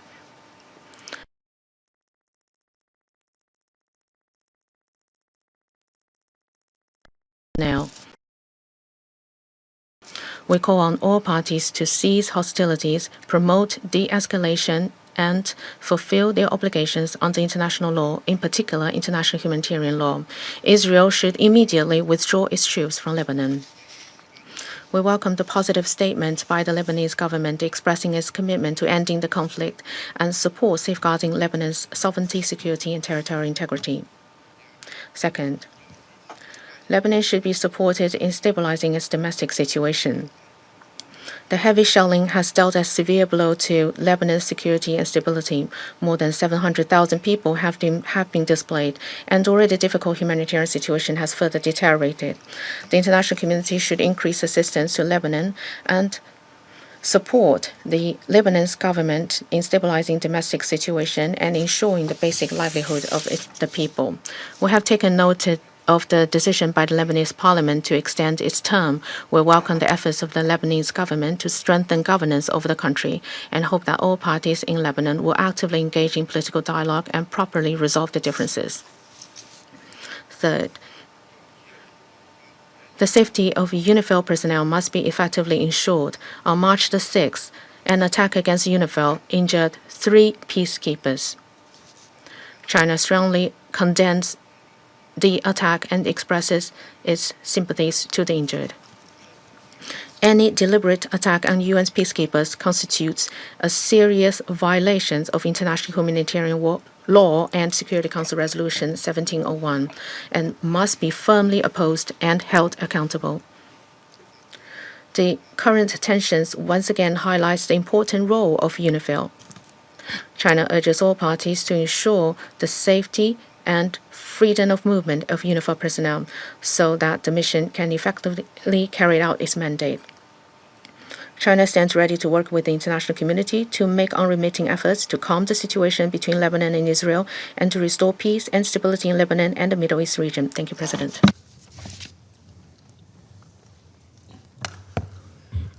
I thank the representative of China for his statement. I now give the floor to the representative of Bahrain. Mr. President, allow me at the outset to thank France for requesting this important briefing. The Kingdom of Bahrain, Denmark, Greece, Latvia, and the United Kingdom joined this request. I also thank Ms. Rosemary DiCarlo, Under-Secretary General of Political and Peacebuilding Affairs, Mr. Tom Fletcher, Under-Secretary General for Humanitarian Affairs and Emergency Relief Coordinator, and Mr. Jean-Pierre Lacroix, Under-Secretary General for Peace Operations, and Ms. Lynn Harfouch for their important and valuable briefings. I also welcome all permanent representatives with us today. Mr. President, the Kingdom of Bahrain deeply regrets the recent dangerous military escalation in the region as a result of the unjustified Iranian attacks, which have targeted my country, the Kingdom of Bahrain, and a number of other brotherly Arab states, in clear violation of the principles of good neighborliness and respect for the sovereignty of states, and in grave breach of international law and the UN Charter. The Kingdom of Bahrain calls upon the Islamic Republic of Iran to immediately cease these hostilities and stop using its proxies and armed militias in the region and beyond. We warn that the continuation of these blatant acts of aggression will lead to further escalation and exacerbate existing tensions, with potentially serious repercussions on regional security and stability. Mr. President, we stress our support for the unity, sovereignty, independence, and territorial integrity of the Lebanese Republic. We support efforts to extend Lebanese state authority over all its territory, thereby strengthening its constitutional institutions, preserving security and stability, and fulfilling the aspirations of its brotherly people for a free and dignified life, development, and prosperity. Bahrain also emphasizes the importance of sparing Lebanon the repercussions of regional escalation and rejects any attempts to drag it into ongoing regional conflicts. We welcome the decision of the Lebanese Council of Ministers on March 2, 2026, regarding the immediate ban on all security and military activities of Hezbollah and restricting its activities to political and legal work, in addition to the start of the second phase of the plan to impose the monopoly of the Lebanese state and its legitimate institutions on weapons, particularly the Lebanese army and official security forces. We stress that this step is an important development and a sine qua non to promote the sovereignty of the Lebanese state and strengthen its institutions in line with the Lebanese constitution and relevant international resolutions, especially Security Council Resolution 1701 and the Ta'if Agreement. This promotes and strengthens internal stability and promotes the Lebanese state's ability to fulfill its national responsibilities and maintain Lebanon's security and stability. The Kingdom of Bahrain also welcomes the call by His Excellency, the Lebanese President Joseph Aoun, to hold direct negotiations with Israel under international auspices to reach an immediate ceasefire in Lebanon. Mr. President, the Kingdom of Bahrain is following with concern the violations of the ceasefire agreement signed between Lebanon and Israel in November 2014, as documented by the UNIFIL. The attacks by Hezbollah on Israel have led to the military escalation in Lebanon, resulting in the displacement of civilians and a worsening of the humanitarian situation. This could have repercussions extending to neighboring countries, further straining their resources and stability. In this context, we stress the need for all parties to adhere to the ceasefire agreement and refrain from any actions that undermine it. We stress that the protection of civilians and the alleviation of human suffering must remain at the heart of joint collaborative efforts. We also emphasize that the safety and security of UN peacekeeping forces is a legal and moral obligation for all parties, and that any attack against them is a clear violation of relevant Security Council resolutions. At the same time, we stress that any gradual withdrawal of UNIFIL forces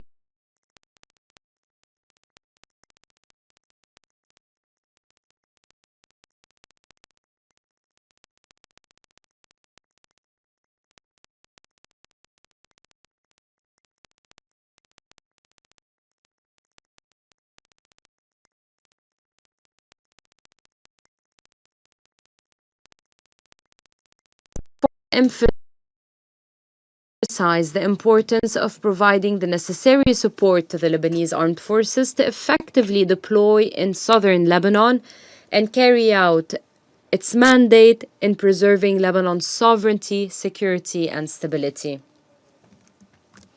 We also welcome the French initiative to hold an international conference to support the Lebanese armed forces and internal security forces in April 2026. We also appreciate the efforts of the Lebanese Quintet Committee, namely the United States, the Kingdom of Saudi Arabia, the State of Qatar, the Arab Republic of Egypt, and the French Republic in providing political, economic, and security support to Lebanon during this phase. In conclusion, the Kingdom of Bahrain reiterates that the stability and sovereignty of Lebanon represent a shared regional and international interest. We call upon all parties to adhere to the relevant international resolutions, respect the ceasefire agreement, and spare Lebanon and the region further escalation. Thank you, Mr. President. I thank the representative of Bahrain for the statement. I give the floor to the representative of Panama. Gracias. Thank you, Mr. President. Panama is grateful for the convening of this briefing and also for the information shared by the briefers about the developing situation in Lebanon. We extend our greetings to the representatives of the countries that honor us with their participation. Although in November 2024, a cessation of hostilities was reached, incidents and violations along the Blue Line have continued to be recorded since then, which shows the persistent lack of political will that would be needed to create the conditions conducive to peace. Leaderships that sustain themselves through a logic of permanent confrontation end up dragging their populations into cycles of destruction which leave in their wake devastated cities, displaced families, and generations scarred by war. Panama condemns the attacks launched from Lebanese territory against Israel by Hezbollah, which have forced communities to evacuate and seek shelter. These irresponsible actions are profoundly detrimental to the Lebanese civilian population and also to the refugee communities present in the country, because they have helped unleash a dangerous dynamic of escalation, which has led to an intense military response and to an even greater deterioration of the humanitarian situation. According to recent figures from the Lebanese authorities and humanitarian organizations, more than 700,000 people have been displaced within Lebanon in recent days, while almost 600 people have died. Among them, dozens of children, women, and humanitarian and rescue workers. Many of these families have sought refuge in schools and improvised shelters, which demonstrates the scale of the humanitarian crisis that is underway. Panama calls for the maximum restraint and the immediate cessation of hostilities. We urge the parties to fully comply with their obligations under international law, in particular international humanitarian law, and to adopt all necessary measures to protect the civilian population and infrastructure. Panama reiterates its support for the state and government of Lebanon, whose efforts to preserve internal stability and to strengthen the authority of the state throughout its territory are essential, including the role of the Lebanese armed forces in ensuring that the monopoly and control of arms lies exclusively with the state. We take note of the recent statements by the President of Lebanon, Joseph Aoun, reiterating his country's readiness to resume negotiations with Israel with the aim of stopping the current escalation, and also the measures announced by the Lebanese authorities to restrict the military activities of Hezbollah. We reaffirm our full recognition of the sovereignty, territorial integrity, and political independence of Lebanon in accordance with its internationally recognized borders. A safe and stable Lebanon, a secure and stable Lebanon with institutions that can fully exercise their authority through the actions that the current governmental administration of Lebanon have been carrying out is essential for the stability of the entire region.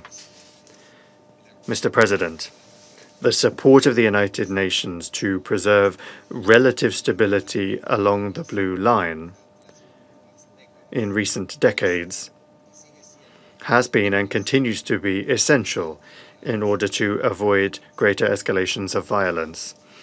That notwithstanding, in recent months, the presence of the United Nations Interim Force in Lebanon has suffered repeated attacks, increasing the risks for personnel and its facilities. We robustly reject these attacks.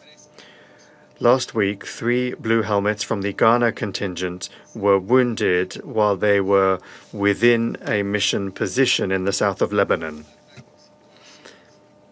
Attacks or actions that compromise the security and integrity of the personnel, facilities, and property of the United Nations are unacceptable. Blue helmets that are implementing the mandates of this Council, as well as the positions and infrastructure of the mission, must be respected and protected at all times in accordance with international law. Panama reiterates its firm support and backing for the work of the United Nations Interim Force in Lebanon. We must also recall that that force is in the final phase of its mandate before the planned withdrawal process. And it is precisely for that reason that it is even more important to preserve the conditions of stability on the ground, to ensure the freedom of movement of the mission, and to allow it to fully carry out the tasks entrusted to it by this Council. We reiterate the urgent appeal for the greatest restraint and the immediate cessation of hostilities. President, the current situation once again demonstrates the importance of the full implementation of and compliance with Resolution 1701 of the Security Council. This resolution continues to be the fundamental framework for guaranteeing stability along the Blue Line and for moving towards a lasting solution. Thank you very much. I thank the representative of Panama for the statement. I give the floor to the representative of Pakistan. Thank you, Mr. President. I thank USG DiCarlo, USG Lacroix, USG Fletcher, and Ms. Harfouch for the comprehensive and valuable briefings. Lebanon is a country of remarkable diversity, shaped by layers of civilization and a rich cultural and historical legacy. Its people have long shown resilience in the face of adversity, preserving a vibrant social fabric rooted in coexistence among communities and traditions. Lebanon needs a period of calm to pursue its objectives of peace and stability. The renewed escalation and hostilities are a matter of great concern. They threaten far more than infrastructure. They endanger civilian life and risk reversing the fragile political and security progress Lebanon had begun to make preceding the current crisis. In this context, allow me to make 4 points. First, Pakistan reiterates its full support for the sovereignty, unity, and territorial integrity of Lebanon. We condemn in the strongest terms Israel's continued military aggression in southern Lebanon, which has resulted in the death of more than 400 civilians, including at least 83 children and 42 women, and over 600,000 people displaced. Sweeping illegal evacuation orders across large parts of southern Lebanon have deepened civilian suffering. The large-scale destruction of civilian infrastructure and the blatant disregard for international humanitarian law must cease immediately. Second, the use of force must remain the exclusive prerogative of the Lebanese state through its legitimate institutions. In this regard, the Lebanese armed forces play a central role, and Pakistan supports efforts to strengthen their capacity and operational effectiveness. Pakistan welcomes the efforts of the government of Lebanon to restore stability and strengthen state authority, including the cabinet decision of 2nd March to reinforce national security structures. We also note Lebanon's de-escalation initiatives, including the 4-point plan advanced by its leadership to restore calm and stability. Third, Pakistan strongly condemns attacks on UN peacekeepers serving with UNIFIL, who have been injured in Israeli strikes. Peacekeepers operating under the UN flag carry out a vital mandate authorized by the Council. Their safety and security must be guaranteed at all times. Fourth, Israeli military activities in southern Lebanon, including the continued presence of forces and the establishment of positions inside Lebanese territory, are illegal and unacceptable. These Israeli actions, which are in contravention of international law, are also undermining the efforts of the government of Lebanon to ensure peace and stability in the country. We call for Israel's immediate, full, and unconditional withdrawal from all occupied Lebanese territories. Sustainable calm requires the full implementation of Security Council Resolution 1701 and unwavering respect for Lebanon's sovereignty and territorial integrity along the Blue Line. Mr. President, we echo the Secretary General's deep concern regarding the regional military escalation since 28th February, which has gravely undermined the November 2024 cessation of hostilities agreement. The situation in Lebanon cannot be viewed in isolation from this broader escalation across the Middle East. Heightened confrontation and unjustified attacks on several brotherly countries, which Pakistan has condemned, have gravely aggravated regional security and stability. At this critical juncture, dialogue and diplomacy must prevail over confrontation. De-escalation, restraint, and renewed diplomatic engagement are urgently required to prevent further deterioration of the regional security environment. Only through sustained political dialogue and respect for international law can the region move towards stability and peace. To conclude, Mr. President, Pakistan stands firmly with the government and people of Lebanon. The international community must take urgent action to prevent further escalation, alleviate human suffering, and support Lebanon's efforts to restore peace and stability across its territory. I thank you very much. I thank the representative of Pakistan for his statement. I now give the floor to the representative of Colombia. Mr. President, I thank the United States in their capacity as President of the Security Council for this month for organizing this meeting. I also thank Ms. Rosemary DiCarlo, Under-Secretary General for Political and Peace-Building Affairs, Mr. Jean-Pierre Lacroix, Under-Secretary General for Peace Operations, and Mr. Tom Fletcher, Under-Secretary General for Humanitarian Affairs and Emergency Relief Coordinator. We also thank the briefer for her information. Mr. President, official reports and recent news show that the humanitarian situation in Lebanon is delicate. As at the 7th of March, more than 100,000 people were seeking shelter. Since the 2nd of March, almost 1 million people have been displaced within the country. Hundreds of thousands more have been affected by broad evacuation orders. A high number of civilian victims has been recorded, including women and children.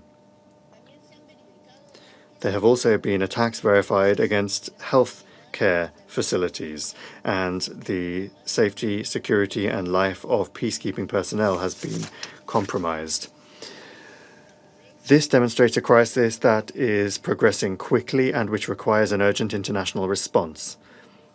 In the past 2 years, we have witnessed how, in this region specifically, the use of force and disdain for international law can affect the lives of millions of people.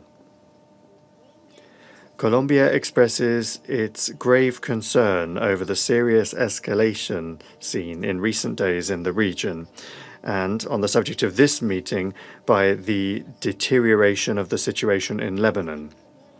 We urge all of the parties to respect and fully implement Resolution 1701, to exercise maximum restraint, and to guarantee the protection of the civilian population and of United Nations personnel.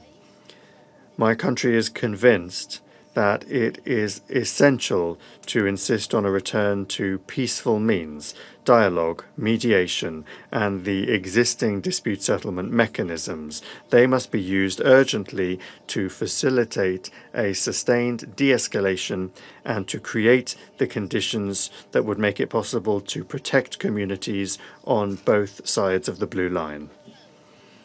At the same time, Colombia wishes to express its solidarity with the Lebanese people and with all of the victims affected by the events of recent weeks. Respect for the sovereignty, political independence, and territorial integrity of Lebanon is non-negotiable. We reaffirm that full compliance with the United Nations Charter and with the relevant resolutions of the Security Council is crucial. Moreover, we recognize the efforts of the government to maintain effective control over its territory and the steps that have been taken to avoid an escalation of hostilities and to avoid the country being dragged into a broader conflict.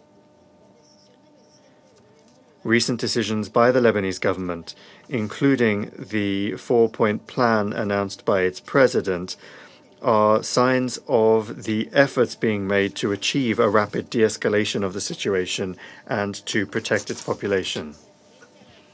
As regards the humanitarian dimension, the situation requires immediate and practical measures.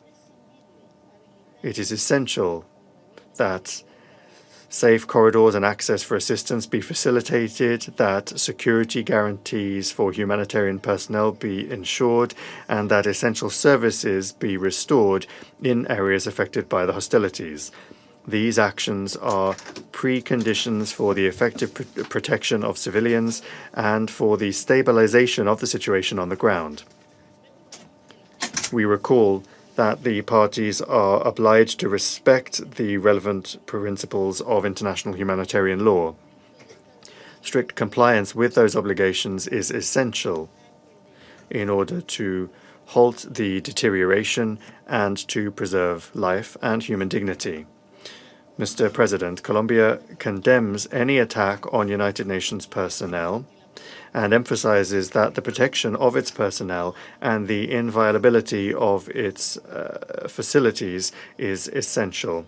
All parties have the legal and moral obligation to guarantee their security in accordance with international law and with the decisions of the Security Council.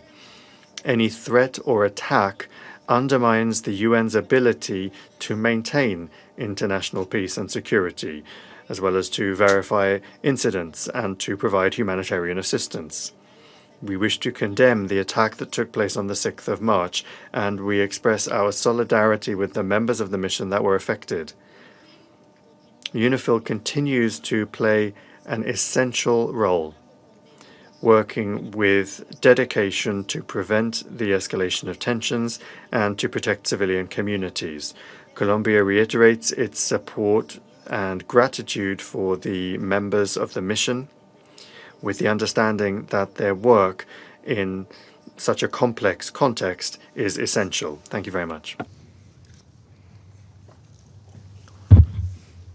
I thank the representative of Colombia for her statement. I now give the floor to the representative of Somalia.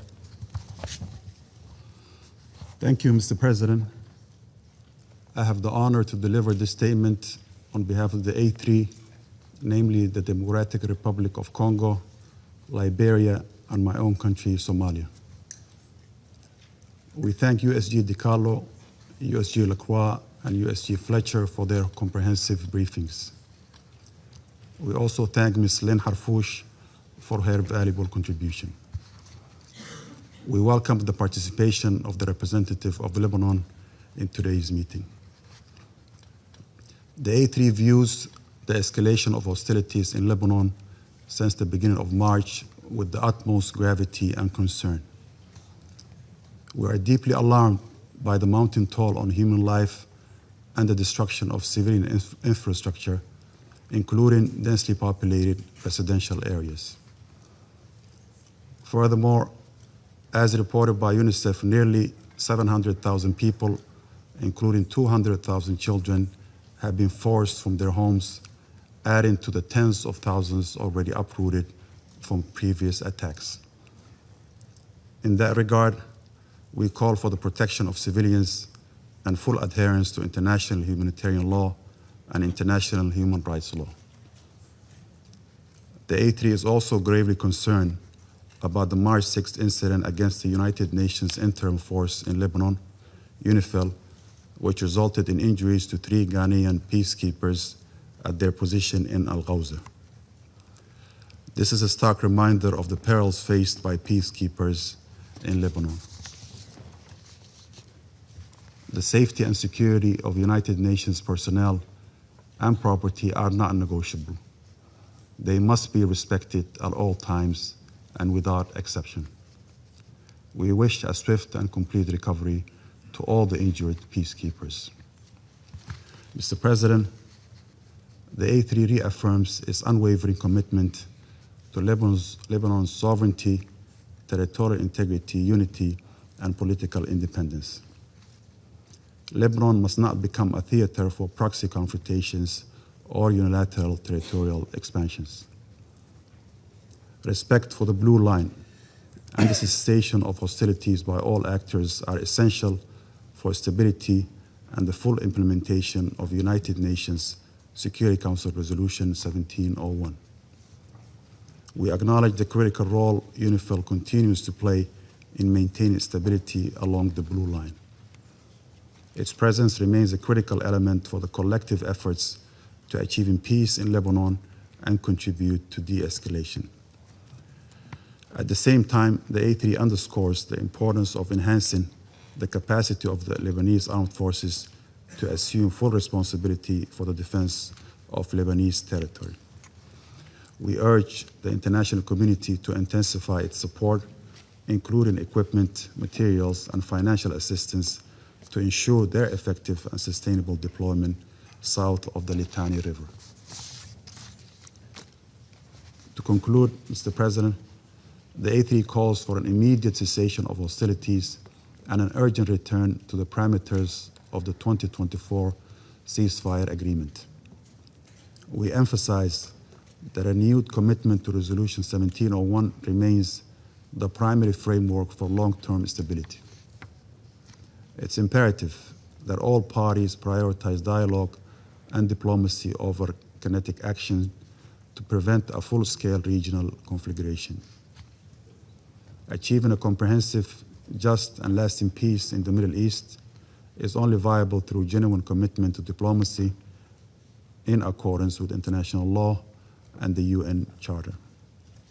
We stand in solidarity with the people of Lebanon, and we urge this Council to act with unity and resolve to restore peace and uphold international law.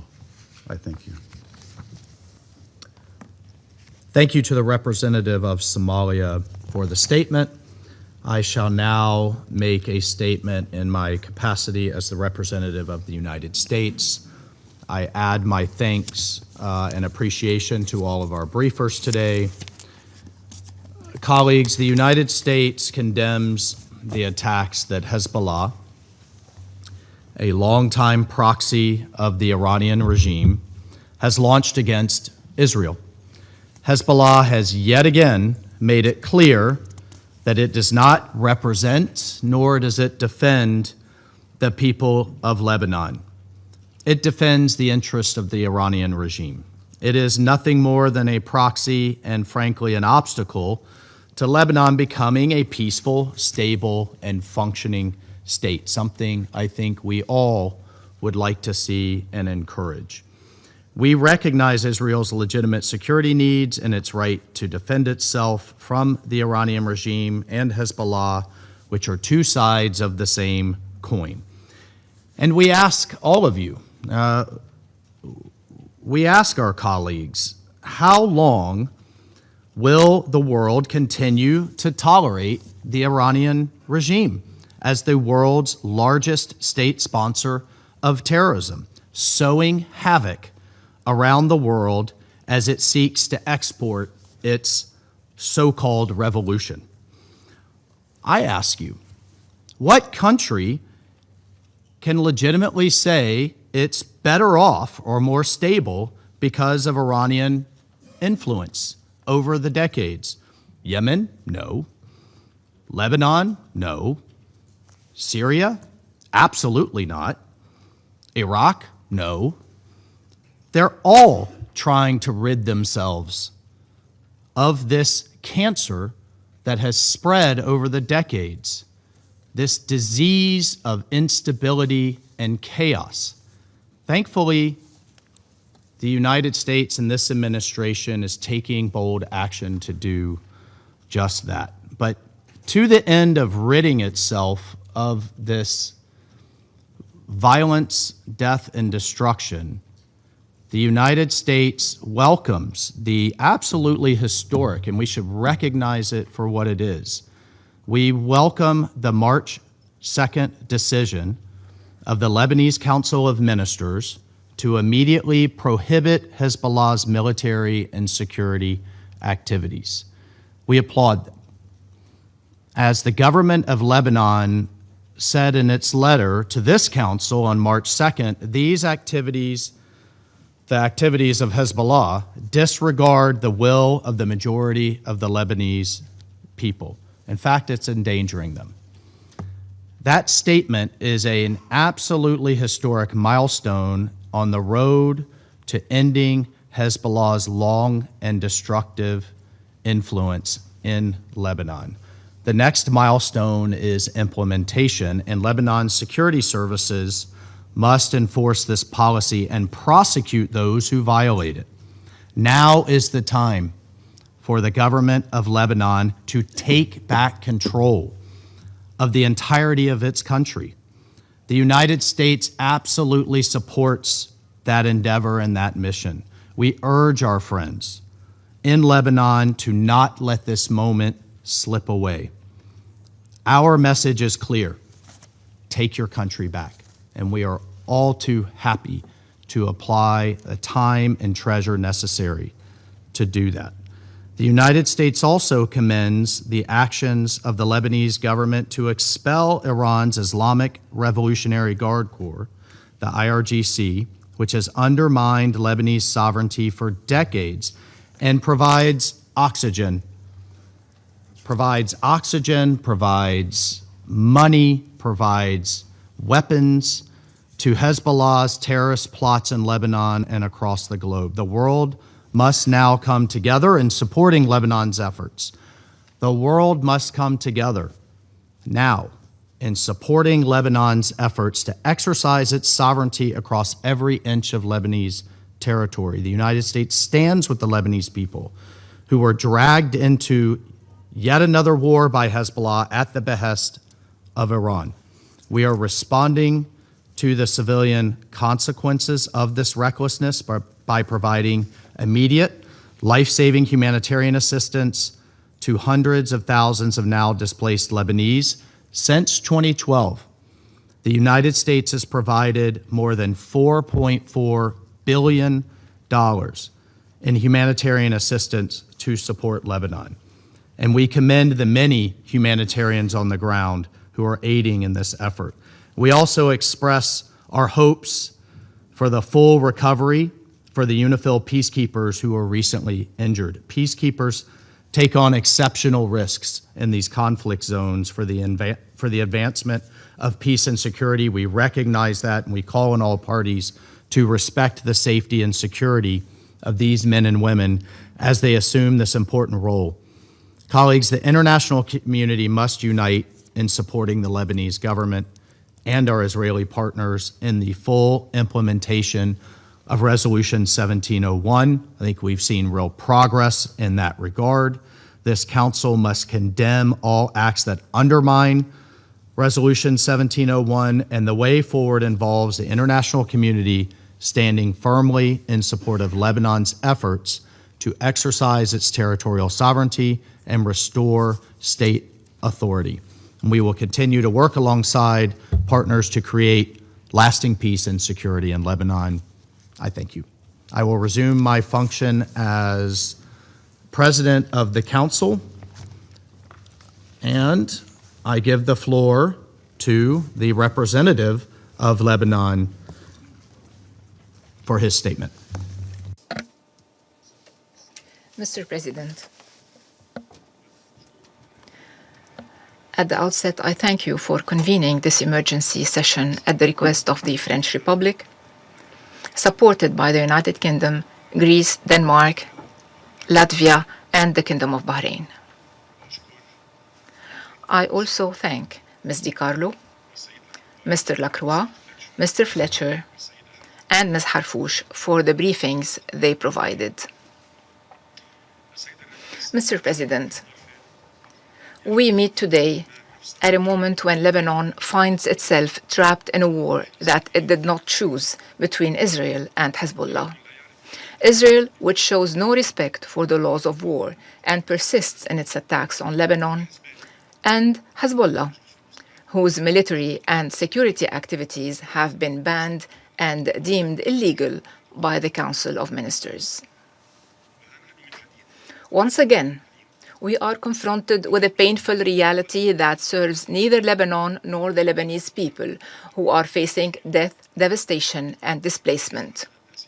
The number of Lebanese displaced has reached nearly 1 million, many of whom without shelters befitting human dignity. Every morning, we wake up to new casualties among innocent people, including women and children, and to warnings to evacuate entire areas and destruction of both private and public property.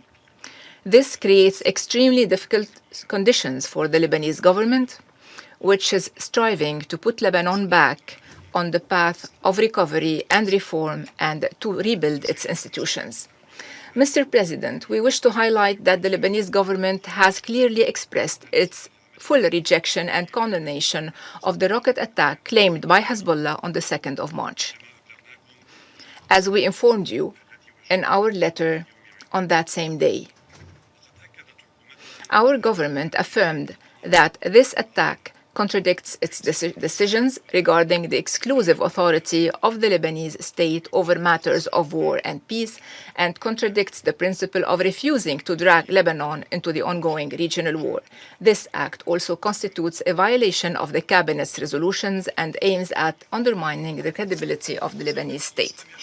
Mr. President, in our modern history, no Lebanese government has demonstrated this level of courage and determination to reclaim the state authority, to restrict weapons to legitimate state institutions, and to extend the state's control exclusively through its own forces over all Lebanese territory, in implementation of the Ta'if Agreement, which stipulated the dissolution of all Lebanese and non-Lebanese militias and the handover of their weapons to the Lebanese state, and to extend the state authority over all its territories, and in implementation of relevant international resolutions, including 1701, and an implementation of the government's ministerial declaration and related decisions, particularly the decision adopted on the 5th of August 2025.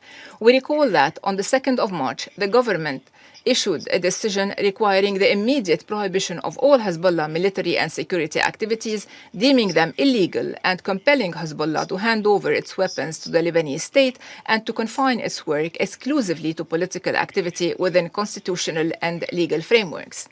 On the 5th of March, the Lebanese government adopted an additional decision tasking the security institutions with verifying the presence of members of the Iranian Revolutionary Guard in Lebanon and deporting them immediately upon identification. Another decision was issued requiring prior authorization for issuing entry visas to Iranian nationals seeking to visit Lebanon. Mr. President, we will not accept a return to the past. The Lebanese people do not want war, and the Lebanese government is moving forward in implementing its decisions and will not backtrack. However, our priority today is to stop this war, to protect our country and ensure the security and safety of our people. It is our right to live in peace and security in our homeland and our region. To this end, the Lebanese government has expressed its readiness to enter into negotiations with Israel under international auspices with civilian participation to settle all outstanding issues. The President of the Republic called on the international community 2 days ago to support him and to implement the initiative he announced, consisting of the following: establishing a full truce, including a complete halt to all Israeli ground, naval, and air attacks on Lebanon. Second, expediting the provision of essential logistical support to the Lebanese armed forces. And third, enabling the Lebanese armed forces to take control of areas of tension, confiscate all weapons found there, and seize Hezbollah's arms and depots and warehouses in accordance with the available information. Fourth, simultaneously, Lebanon and Israel would begin direct negotiations under international auspices to implement all of the above. Mr. President, in support of the Lebanese government's efforts, this esteemed council is called upon to compel Israel to implement Resolution 1701, to respect the cessation of hostilities, to withdraw fully to internationally recognized borders, to end its repeated violations and breaches of Lebanese sovereignty, to release Lebanese detainees, to cease its threats to Lebanon's territorial integrity and political independence within its internationally recognized borders. We reaffirm Lebanon's attachment to the follow-up mechanism established under the Cessation of Hostilities Declaration pursuant to Resolution 2790. We also reiterate Lebanon's commitment to the truce agreement signed with Israel on the 3rd of March 1949, which is in the interest of both parties.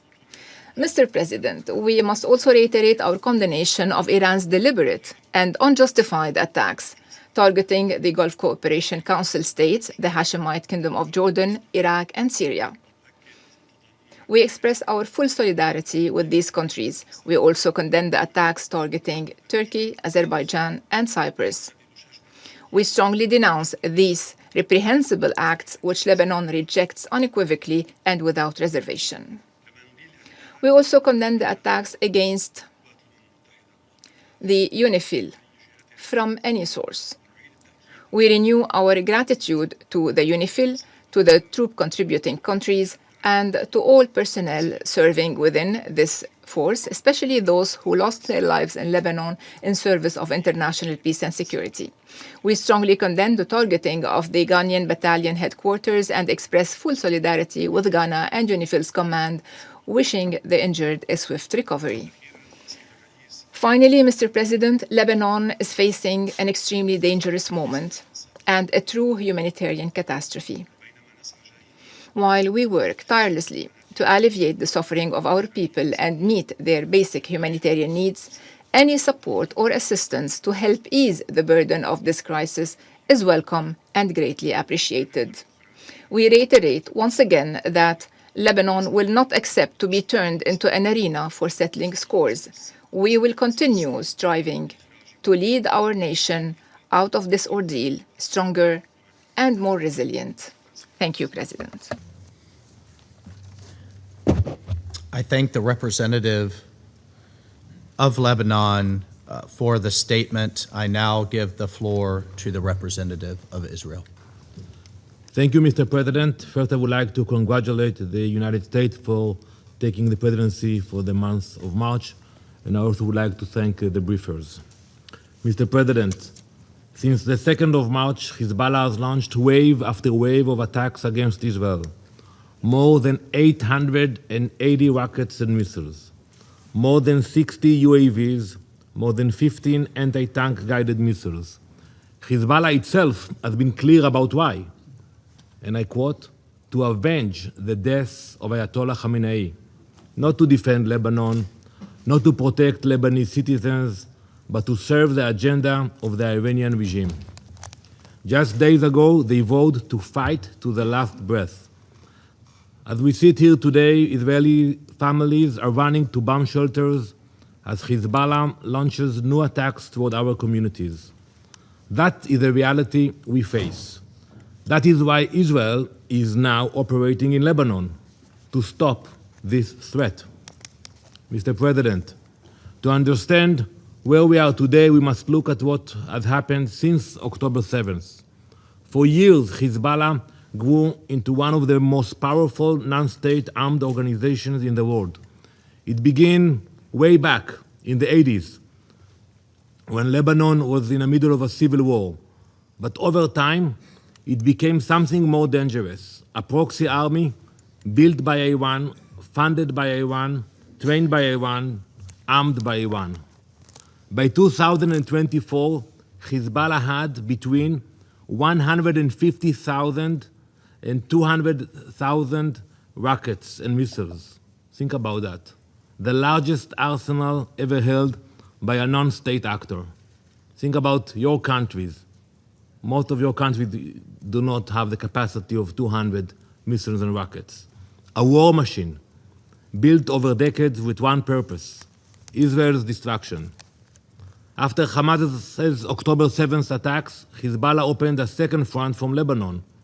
For months, Israel's northern communities came under fire. Rockets, drones, missiles launched across the border. We responded. Israel responded with targeted operations against Hezbollah's command networks and military infrastructure. I want to remind you that during that operation, senior leadership was eliminated, including their leader, Hezbollah leader Hassan Nasrallah, a terrorist with blood on his hands. Command structures were disrupted. Around 3,000 fighters from the Radwan force were taken off the battlefield. They lost roughly 80% of its rockets' capability. The army Iran spent decades building, we broke it. But Hezbollah was not fully eliminated. We have to admit it. Instead of stepping back after the ceasefire, it rearmed, restocked, it rebuilt, and it did so with the help of the Iranian regime. During the first year after the ceasefire, Iran funneled more than $1 billion to Hezbollah. It continues to receive over $50 million every month to rebuild its military machine. Tehran funds it, Tehran arms it, Tehran directs it. Hezbollah pulled the trigger, but the Ayatollahs in Tehran pulled the strings. All of this in direct violation of Security Council Resolution 1701. Mr. President, that resolution required the area between the Blue Line and the Litani River to be free of Hezbollah weapons and terrorists. You all voted on this resolution.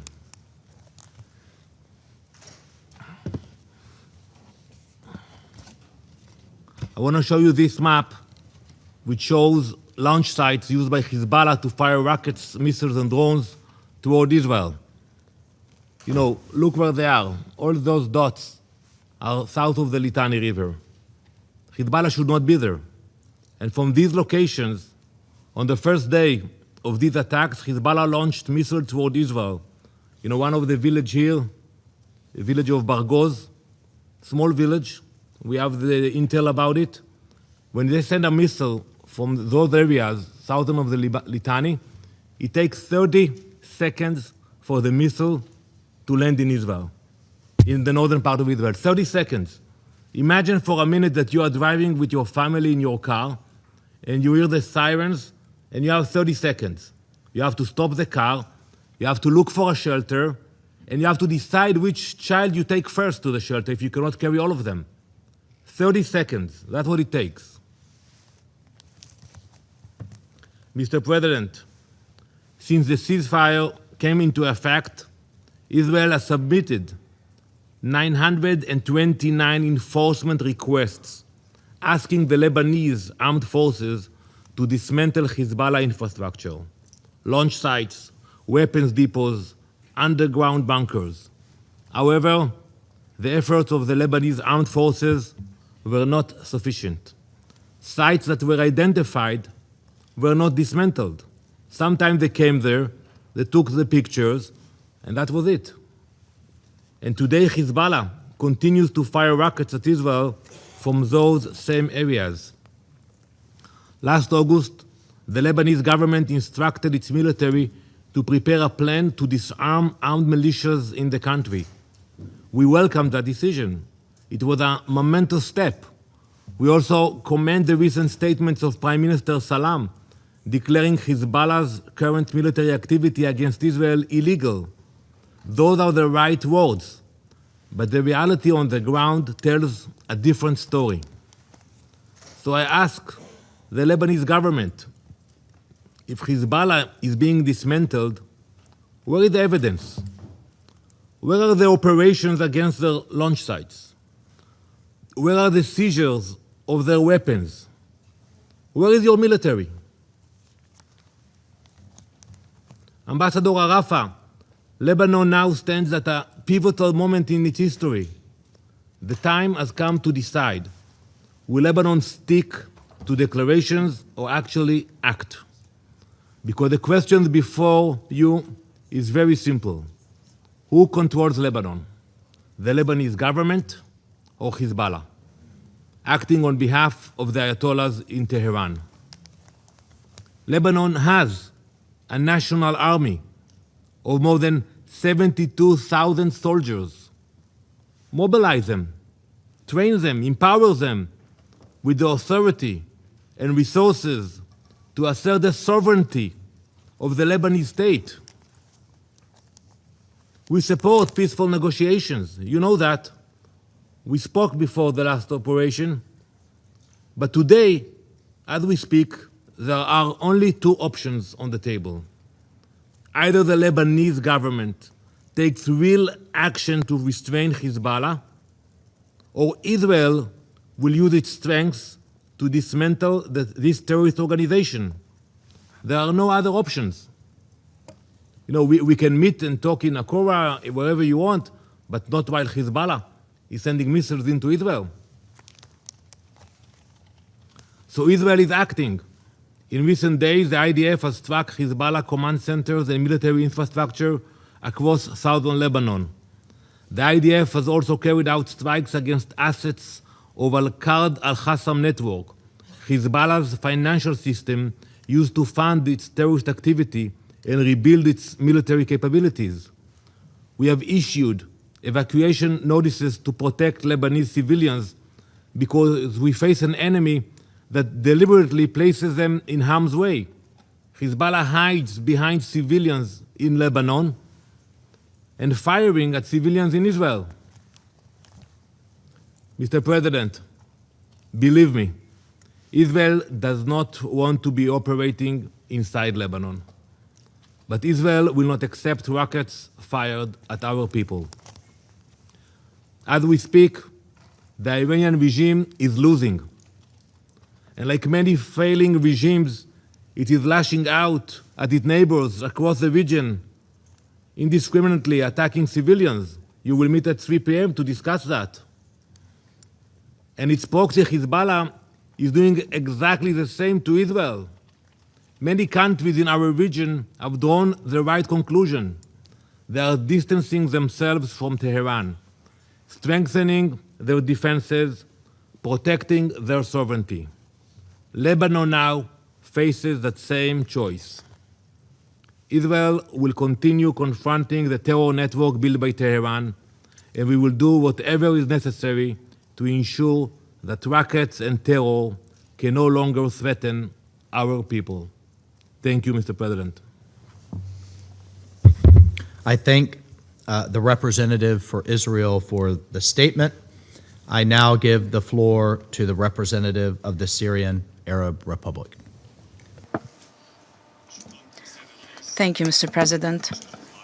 I thank you for holding this important meeting. We also thank the Permanent Mission of France for its request to hold this emergency meeting alongside other countries. I would also like to thank briefers. The Syrian Arab Republic is concerned by the dangerous escalation in the region with its grave political, security, and economic repercussions, including on the brotherly country of Lebanon, its people, and its infrastructure. Syria reaffirms its support to the safety and security of Lebanon. We denounce the escalation and the bombing of Lebanon, as it will hinder the role of the Lebanese state to implement its functions and responsibilities, including its efforts to disarm Hezbollah. We also warn of the repercussions of the current conflict, which, if it continues, could expand in a way that contradicts the interest of Lebanon and the region, especially as this conflict coincides with repeated Israeli violations of Syria's sovereignty through aerial violations and ground incursion into Syria's territory and the occupation of new territory since the 8th of December 2024.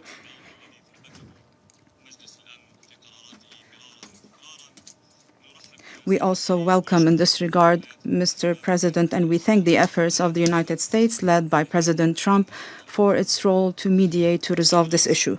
Mr. President, Syria rejects the policies of displacing civilians under the threat of bombing and destruction, as this has grave humanitarian repercussions on Lebanon and Syria, and they will be difficult to contain. Moreover, Syria welcomes the decision of the Lebanese government to reject any military or security activities from Lebanon outside the legal state's institutions. This same decision bans Hezbollah's security and military activities and compels Hezbollah to hand over its weapons to the Lebanese state in order to consecrate the state's monopoly on weapons and strengthen its sovereignty over its territory. Mr. President, since the fall of the former regime and to this day, Syria and Lebanon have adopted a new approach in their bilateral relations based on mutual respect and common interest. As a result, a number of official visits between the two countries were held to discuss political and technical issues. His Excellency, Syrian President Ahmed al-Shara, yesterday made a phone call with His Excellency, Lebanese President Joseph Aoun, to discuss the current regional developments and their repercussions on the security and stability of the region. Both sides stressed the importance of maintaining the security and safety of both countries. President al-Shara expressed his support to the efforts of President Aoun to disarm Hezbollah and to spare the region the repercussions of the current conflict. Both sides reaffirmed the importance of coordination and cooperation between Syria and Lebanon to maintain the security and safety of both countries and their people, and to prevent any attempts to sow discord and destabilize the region. President al-Shara expressed his support to serious steps taken by the governments of Iraq and Lebanon to protect their countries and prevent any descent towards the conflict. We are convinced that Syria is affected by the direct and dangerous repercussions of this escalation. We believe that Syria's stability is a cornerstone for the stability of the Levant and the region. Therefore, we strengthened our defense forces along the borders with Lebanon and Iraq as a precautionary measure to prevent any spillover of this conflict to Syria's territory and to confront and combat cross-border organizations to prevent them from using Syria's territory to implement their foreign agendas in a way that runs counter with the interest of the Syrian people and the people of neighboring countries. Mr. President, Syria condemns in the strongest terms all forms of the ongoing Iranian attacks against the security and stability of the Arab Gulf countries and Jordan and Iraq. We stand in full solidarity with these countries that are subjected to these wanton attacks by Iran. We call for respecting their sovereignty and territorial integrity. My country also denounces all Iranian statements and procedures on the closure of the Strait of Hormuz, as this jeopardizes the freedom of navigation and international trade, in addition to the energy supplies that impact most countries of the world. Syria calls for de-escalation and for supporting the diplomatic track, as this current escalation is an existential threat for the entire region. It jeopardizes the global economic stability. Syria reaffirms its full and continued support to all efforts to strengthening stability in the region, to give precedence to dialogue and peaceful settlement to resolve the issues of the region and guarantee security and stability for all countries in the region. We also call on the Security Council to compel Israel to end its attacks against Lebanon and the Lebanese people. We reaffirm the unity and territorial integrity of Lebanon. We reaffirm the important role of the Lebanese armed forces as the guarantor of the security and stability of Lebanon. We also reaffirm the importance of preserving the safety of UNIFIL personnel in Lebanon and UNDOF in Syria. We denounce the attack against UNIFIL last Friday, which injured 3 peacekeepers. In conclusion, Mr. President, in solidarity with our brethren in the Arab Gulf countries and Jordan, Syria has co-sponsored the draft resolution before the Security Council tabled by the Kingdom of Bahrain on their behalf, which condemns the unjustified Iranian attacks and that calls for their end immediately. We call on all member states in your council to vote in favor of this resolution. I thank you. I thank the representative of Syria for the statement. I now give the floor to the representative of Cyprus. Thank you, Mr. President. Allow me first to congratulate you for the assumption of the presidency of this council and to thank the briefers for their updates. Madam President, Cyprus is a UN and EU member state most closely connected to the region, and Lebanon is not a distant issue for us. President Christodoulidis, also as Cyprus holds the rotating presidency of the Council of the European Union, has been in constant touch with President Aoun as regards the escalating situation. We call on all parties to exercise utmost restraint. Civilians must always be protected, and international humanitarian law must always be respected as well. We condemn the attacks carried out by Hezbollah against Israel following the former's decision to align with the Iranian attacks. At the same time, while Israel has the right to self-defense in line with international law, we are concerned about the intensification of military operations which have caused mass displacement. Cyprus is steadfast in its support for Lebanon's independence, sovereignty, and territorial integrity. We therefore welcome the recent decision of the Lebanese government to prohibit military and security activities and to disarm Hezbollah. We also welcome the public statements of the Lebanese Foreign Minister Raghi, who conveyed his strong condemnation of the reported drone attacks that may have originated from Lebanese territory towards the island of Cyprus. Strengthening state authority across the entire territory of Lebanon is essential. The monopoly on legitimate force must rest solely with the Lebanese armed forces.